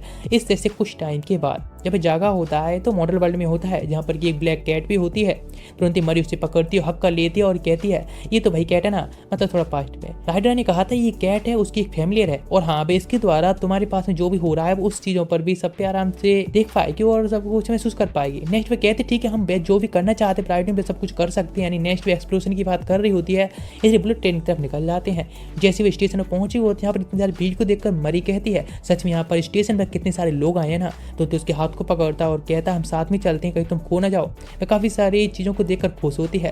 बुलेट ट्रेन में बैठी होती है तो कहती है सच में जो स्कैनरी है यानी बाहर की सीनरी जब कितनी स्पीड से जा रही है, मतलब बुलेट ट्रेन की स्पीड होती है काफ़ी ज़्यादा होती है। नेक्स्ट वहाँ पर वह सो चुकी होती है कुछ टाइम के बाद ही, लेकिन वह सोचता है कि अभी उसको आराम करने देना है ठीक है, अभी काफ़ी यदि एक्साइटेड थी इसलिए थक भी गई होगी। लेकिन सोचने लगता है ग्रैंडपा, जब मैं ग्रैंडपा के पास में था तो 5 ग्रेडर था यानी 5वीं क्लास में पढ़ता था, लेकिन तब से मैं अपने मोम के साथ में रहा हूँ, लेकिन ज़्यादा कुछ मुझे उन लोगों के बारे में याद नहीं है। पड़ोस के आसपास के लोगों के बारे में कुछ याद है, साथ में अदर वर्ल्ड में ज़्यादा जाता रहता हूँ तो उनकी यादें ज़्यादा आ गई हैं और इसीलिए सब है। नेक्स्ट अब कुछ लोकल एरिया में आ गए होते हैं, मतलब बस से जा रहे होते हैं, यहाँ पर काफ़ी ग्रामीण क्षेत्र होता है इसलिए काफ़ी ब्यूटीफुल भी लग रहा होता है और सोचने लगता है अपने ग्रैंडफादर के साथ में था तो उन्होंने कुछ स्नैक्स भी उसे खिलाए थे। इस तरह से रास्ते में जाते टाइम नेक्स्ट आप पैदल ही निकलना पड़ता है। एक कच्ची सी रास्ते होती है जहाँ पर बताता है कि डेली इसी रास्ते से स्कूल जाया करता था, लेकिन उसके जो ग्रैंडफादर है वह एक गाय को भी पालते हैं। जैसे वह घर पहुंचते हैं उसके ग्रैंडफादर उसका वेलकम करते हैं और जहाँ पर मरी होती है अपना इंट्रोडक्शन देती है। वे कहते हैं इस तरह से फॉर्मली इंट्रोडक्शन ना देने के लिए वैसे तुम काफ़ी ब्यूटीफुल भी हो, मुझे तो लगा ही नहीं था। नेक्स्ट वे कहते हैं वैसे कैटी तो हमेशा ही सोता रहता था, वैसे तुम्हारे जो ड्रीम वर्ल्ड है वह किस तरह से जा रहा है, क्या तुम दूसरे वर्ल्ड में फन कर रहे हो। मतलब यहाँ पर ड्रीम वर्ल्ड के बारे में सारी जो जानकारी है वे ग्रैंडफादर को भी पता है और ये सब वे भी शायद एक्सप्लोर भी कर चुके हैं। नेक्स्ट वे जाता है और एक बॉक्स को देखता है जिस बॉक्स को ओपन करना चाहता है, लेकिन मरी देखती है तो वह कहती लाओ मैं देखती हूँ, लेकिन वह कहती हूँ अपने जाकर खुद ही पिक कर लो। लेकिन वह जब देखती हूँ यहाँ पर कोई भी नहीं होता है तो इस बात कैटी कहती है कि स्टोरेज के तौर पर ही है, इसलिए तुमको खुद ही ढूंढना होगा, यहाँ पर शायद तुम्हारे लिए कोई चीज़ निकल सकती है। कैटी की जगह पहुंच जाती जैसे वो उसको ऊपर तरफ खोलते हैं जहाँ पर अचानक से वह डर जाते हैं एक चूहे को देखकर। वह सच में हंसने लगता है। नेक्स्ट वे लोग खाना खाने के लिए आ जाते हैं, यहाँ पर ग्रैंडफादर ने सब कुछ बनाया होता है, वह खाने के लिए कहते हैं तो तुरंत ही वह भी खाती है और हाँ ये भी खाना उसको काफ़ी पसंद आया होता है। नेक्स्ट वो उसको गिफ्ट देते हैं जो कि एक छोटा सा पर्स होता है। मरी उसको काफ़ी पसंद करती है। उसके बाद कैटी होता है ड्रिंक करता है, जो थोड़ा ज्यादा ड्रिंक कर लेता है तो वह सोचती शायद उसने ओवर एस्टिमेट कर लिया था उसको। नेक्स्ट वो निकल जाते हैं, डार्कनेस होती है, काफी अंधेरा होता है और वे रास्ते में जा रहे होते हैं। अचानक से वहाँ पर मैजिक यूज करती है, अपनी लाइटिंग स्पीड को समन कर लेती है और कहती है इस वर्ल्ड में आने के बाद टाइम से पहली बार इन लाइटिंग स्पीड को समन कर पाई, शायद इस वर्ल्ड से अब थोड़ी जुड़ती जा रही इसीलिए हो सकता है। लेकिन तुम और तुम्हारे ग्रैंडफादर सेम ही है, तुम लोगों के साथ में बात करना काफी ज्यादा ही इजी है, लेकिन तुम दोनों लोग हो जो कि इस वर्ल्ड के बारे में लगभग सब चीजें ही जानते हो। वैसे तुम्हारे ग्रैंडफादर तुमको काजुहिटो क्यों बुला रहे थे। मैं कहता ऑफ कोर्स वह मेरा असली नाम है काजुहिटो। ड्रीम वर्ल्ड में जाने के बाद शायद वह गलत टाइप हो गया था इसी वजह से ये गलत बुलाती हो। लेकिन वह कहती क्या मतलब एंटायर टाइम इतना सब टाइम में तुमको गलत नाम से बुला रही थी। वह काफी ब्रश करने लगी होती है। वह कहता है चिंता ना करने के लिए इस चीज के लिए अभी तुम छोड़ देना चाहिए, इतने इंपोर्टेंट नहीं है। लेकिन वह काजुहिटो जानती है तो वह काजुहिटो ही बुलाएगी। आए होते हैं वापस जहाँ उसके ग्रैंडफादर कहते हैं अपने टाइम को इस तरह से एंजॉय करने के लिए, और यहाँ पर बात लेने के बाद वापस आया होता है मरी के पास में, जिससे कहता है कि अगर मुझे ग्रैंडफादर को क्या पता चलेगा कि मैं एक एल्फ को मैरिज करने के बाद शायद यहाँ पर लेकर आऊंगा। नेक्स्ट अपने रूम में चले जाते हैं, उसके ग्रैंडफादर आकर कहते हैं एक टॉर्च रखती हुई कि तुम यूज करना हो तब तुम इसको यूज कर सकती हो अंधेरे में। लेकिन जैसी कोई आवाज़ ना आती तो अंदर जाकर चेक करते हैं, पता चलता है वे लोग ड्रीम वर्ल्ड में जा चुके हैं, इसीलिए कहते हैं अपने ड्रीम वर्ल्ड की लाइफ को एंजॉय करना बच्चों। नेक्स्ट वो पहुंच चुके होते हैं ड्रीम वर्ल्ड में, जहाँ पर कि सोचता है कुछ भी ना हो या कुछ भी हो लेकिन मेरे साथ मरी है तो मुझे कोई दिक्कत वाली बात नहीं है। नेक्स्ट वहाँ पर राइडर मिलती है और कहते हैं लोगों से उठने के लिए, बिकॉज वो अपनी चाइल्ड से भी थोड़ा टाइम मिलने के लिए जाना चाहती है। लेकिन उससे पहले बात करने लगी होती है केटी की उस खाने के बारे में कितना एंजॉयफुल था। केटी कहता है कि वैसे मेरे ग्रैंडफादर के घर में एक हॉट स्प्रिंग है तो क्या तुम आना चाहोगे एंजॉय करने के लिए। इस बात पर दोनों एक्साइटेड हो जाती हैं और राइटर कहती है ठीक है मैं तुमको स्वॉर्डमैनशिप की पूरी ट्रेनिंग दूंगी। इस बात पर मरी भी कहती है हाँ बिल्कुल, वह भी अपना पूरा काम करने वाली। तो कहता है कि तुम इतने एक्साइटेड क्यों हो, तो वह कहती है ऑफ कोर्स। इस तरह से पूरे जब थक जाते हैं, सूट से भीग जाते हैं, तब जाकर हॉट स्प्रिंग में बात लेना काफी ज्यादा ही एंजॉयबल होता है। नेक्स्ट वो लोग मॉडल वर्ल्ड में वापस आ चुके होते हैं, जहाँ पर ग्रैंडपा होते हैं राइडर से पूछते हैं कि तुम्हें खाना पसंद आया क्या और खाना चाहती तो हाँ पूछ ला रही होती, मतलब उसको बहुत पसंद आया होता है। नेक्स्ट वो लोगों से भी पूछते हैं क्या तुम्हें एक कार की जरूरत पड़ेगी, बाहर कार खड़ी है, तुम बाहर कहीं घूमना चाहते हो तो जा सकते हो। लेकिन वे अभी कहीं और जाना चाहते हैं इसलिए हॉट स्प्रिंग के लिए निकल जाते हैं, लेकिन वे राइडर को पकड़ लेते हैं बिकॉज इस तरह से उसको घर पर रहना ठीक है। वे भी कहते हैं हाँ शायद वो लोग एक्सेप्ट नहीं करेंगे। हॉट स्प्रिंग में जाने के बाद पूछते हैं क्या हम कैट को ला सकते हैं, तो वे एक्सेप्ट कर लेते हैं। और वैसे राइडर भी वहाँ से भागने में कामयाब रही होती है। इस बात पर मरी कहती है शायद वो ओल्ड लेडी है, वे शायद कैट्स को पसंद करती हैं इसलिए अलाउड कर दी वरना कोई नहीं आने देगा। लेकिन वे कहती है वैसे यहाँ पर लोकल जो लेडीज हैं उनसे मुझे काफी कुछ सीखने को मिला है। नेक्स्ट वो लोग वहाँ से निकल जाते हैं और चेरी ब्लॉसम का टाइम आ चुका होता है। वह कहता है चेरी ब्लॉसम स्प्लिट का टाइम आ चुका है, इसलिए काफी अच्छी टाइम है मेमोरीज बनाने के लिए भी। इस तरह से मैं इन सभी टाइम का मेमोरीज बनाना चाहता हूँ। वह कहती है लेकिन मुझे तो कोई भी स्प्लिट नहीं दिख रही ना महसूस हो रही है। तो वह कहता क्या तुम यहाँ पर जैपनीज कैसल्स के बारे में जानना चाहती हो? वह हाँ कहती है। जहाँ कैसल्स में जाने के बाद उसे काफी सारी ओल्ड गन्स देखने को मिलती हैं। वह कहती है आखिर ये सब काफी अजीब चीजें, आखिर यहाँ पर ये कैसी कोच है? जैपनीज सच में काफी ज्यादा ही हार्ड है, लेकिन मैं थोड़ा बहुत ही सीख पा रही हूँ। नेक्स्ट वीक जाकर बैठ जाते हैं, यहाँ पर खाना खा रहे होते हैं, एंजॉय कर रहे होते हैं। तो उसकी तरफ भी वह देख रही होती है काफी टाइम से। तो पूछता क्या तुम थक नहीं रही हो? वह कहती है ऑफ कोर्स नहीं, शायद मैं जिंदगी भर इस तरह से तुम्हारी तरफ देख सकती हूँ और कभी भी शायद मैं नहीं थकूंगी। ये तो अभी कुछ बनती हुई है। लेकिन नेक्स्ट अचानक से हवा आती है और काफ़ी सारी चेरी ब्लॉसम के पत्ते होती हैं जो उसके ऊपर ही गिर जाते हैं। एक पत्ते को उठाता है और जिसके बाद अचानक से भी दोनों किस कर लेते हैं, जिसके बाद काफ़ी ब्लश करते हैं और वापस आ जाते हैं। बात ले रहा होता है और सोचने लगता है अपने किस के बारे में। बाहर की साइड से मरी आती है और उसको टॉवल देने आई और पूछती है क्या तुमने कभी किसी और गर्ल के साथ किस किया है? तो कहते नहीं ये मेरी फर्स्ट टाइम थी। तो वह कहती है इस तरह से ब्लश ना करने के लिए, बिकॉज ये उसकी भी फर्स्ट ही किस थी। नेक्स्ट जब वह कुछ हेल्प करवा रही होती है ग्रैंडफा की, तो वे कहते हैं क्या कुछ हुआ है? तुम दोनों वैसे काफी अलग बिहेव कर रहे हो, वैसे तुम दोनों एक चाइल्डहुड फ्रेंड की तरह लग रहे हो। वे वैसे किसी को समझाने के लिए बताने लगता है एक एल्बम को दिखाते हुए कि ये देखो ये उसके चाइल्डहुड की फोटो है। उसकी मदर के साथ में रहता था लेकिन वह ज्यादातर सोता रहता था, इसीलिए उसको कोई डिस्टर्ब नहीं करता था और वह इस तरह से लाइफ चलती रही है। ये सुनकर वह शॉक्ड हो जाती है। अचानक से चेरी ब्लॉसम होती है, पत्ता उससे हट जाता है और स्प्लिट के जैसे उसके जो कान होते हैं एल्ब्स के बाहर निकल आते हैं। लेकिन वह कहते हैं इतना ना करने के लिए, इस तरह से भी उसको एक्सेप्ट करता है। ये बात सुनकर काफी इमोशनल हो जाती है। तुरंत ग्रैंडपा के लिए हक कर लेते हैं, उसे थैंक्स कहती है, लेकिन वह उसे चिंता ना करने के लिए कहते हैं। नहीं जैसे ही केटी वापस आया होता है उसके कानों को इस तरह से देखकर शॉक हो जाता है, लेकिन बस ये एक फनी मोमेंट होता है जिस पर ग्रैंड वो लोग गुड बाय कहते हैं और वे लोग वापस चले जाते हैं अपने सिटी की तरफ। जिसके बाद वे फोटो को देख रहे होते हैं जो कि उन्होंने साथ में लिया होता है। नेक्स्ट जब वे साथ में जा रहे होते हैं तो एक दूसरे के हाथ को फिर से पकड़ लेते हैं। मरी कहती है हमारी जो रिलेशनशिप है इस तरह से इस वर्ल्ड में और दूसरे वर्ल्ड में इस तरह से थोड़ी थोड़ी करके प्रोग्रेस कर रही है और वह काफी इस चीज से हैप्पी भी है और हम इस तरह से दोनों वर्ल्ड में एक साथ में साथ रह सकते हैं। और इसी के साथ में ये पार्ट यहीं पर एंड होता है। यदि सीरीज आपको अच्छी लग रही है तो वीडियो को लाइक कर सकते हैं और कमेंट भी कर सकते हैं। वैसे चैनल को सब्सक्राइब भी कर सकते हो यदि आपको इस तरह की सीरीज देखना पसंद है। तो मिलते हैं नेक्स्ट एपिसोड में, तब तक के लिए गुड बाय, सायोनारा।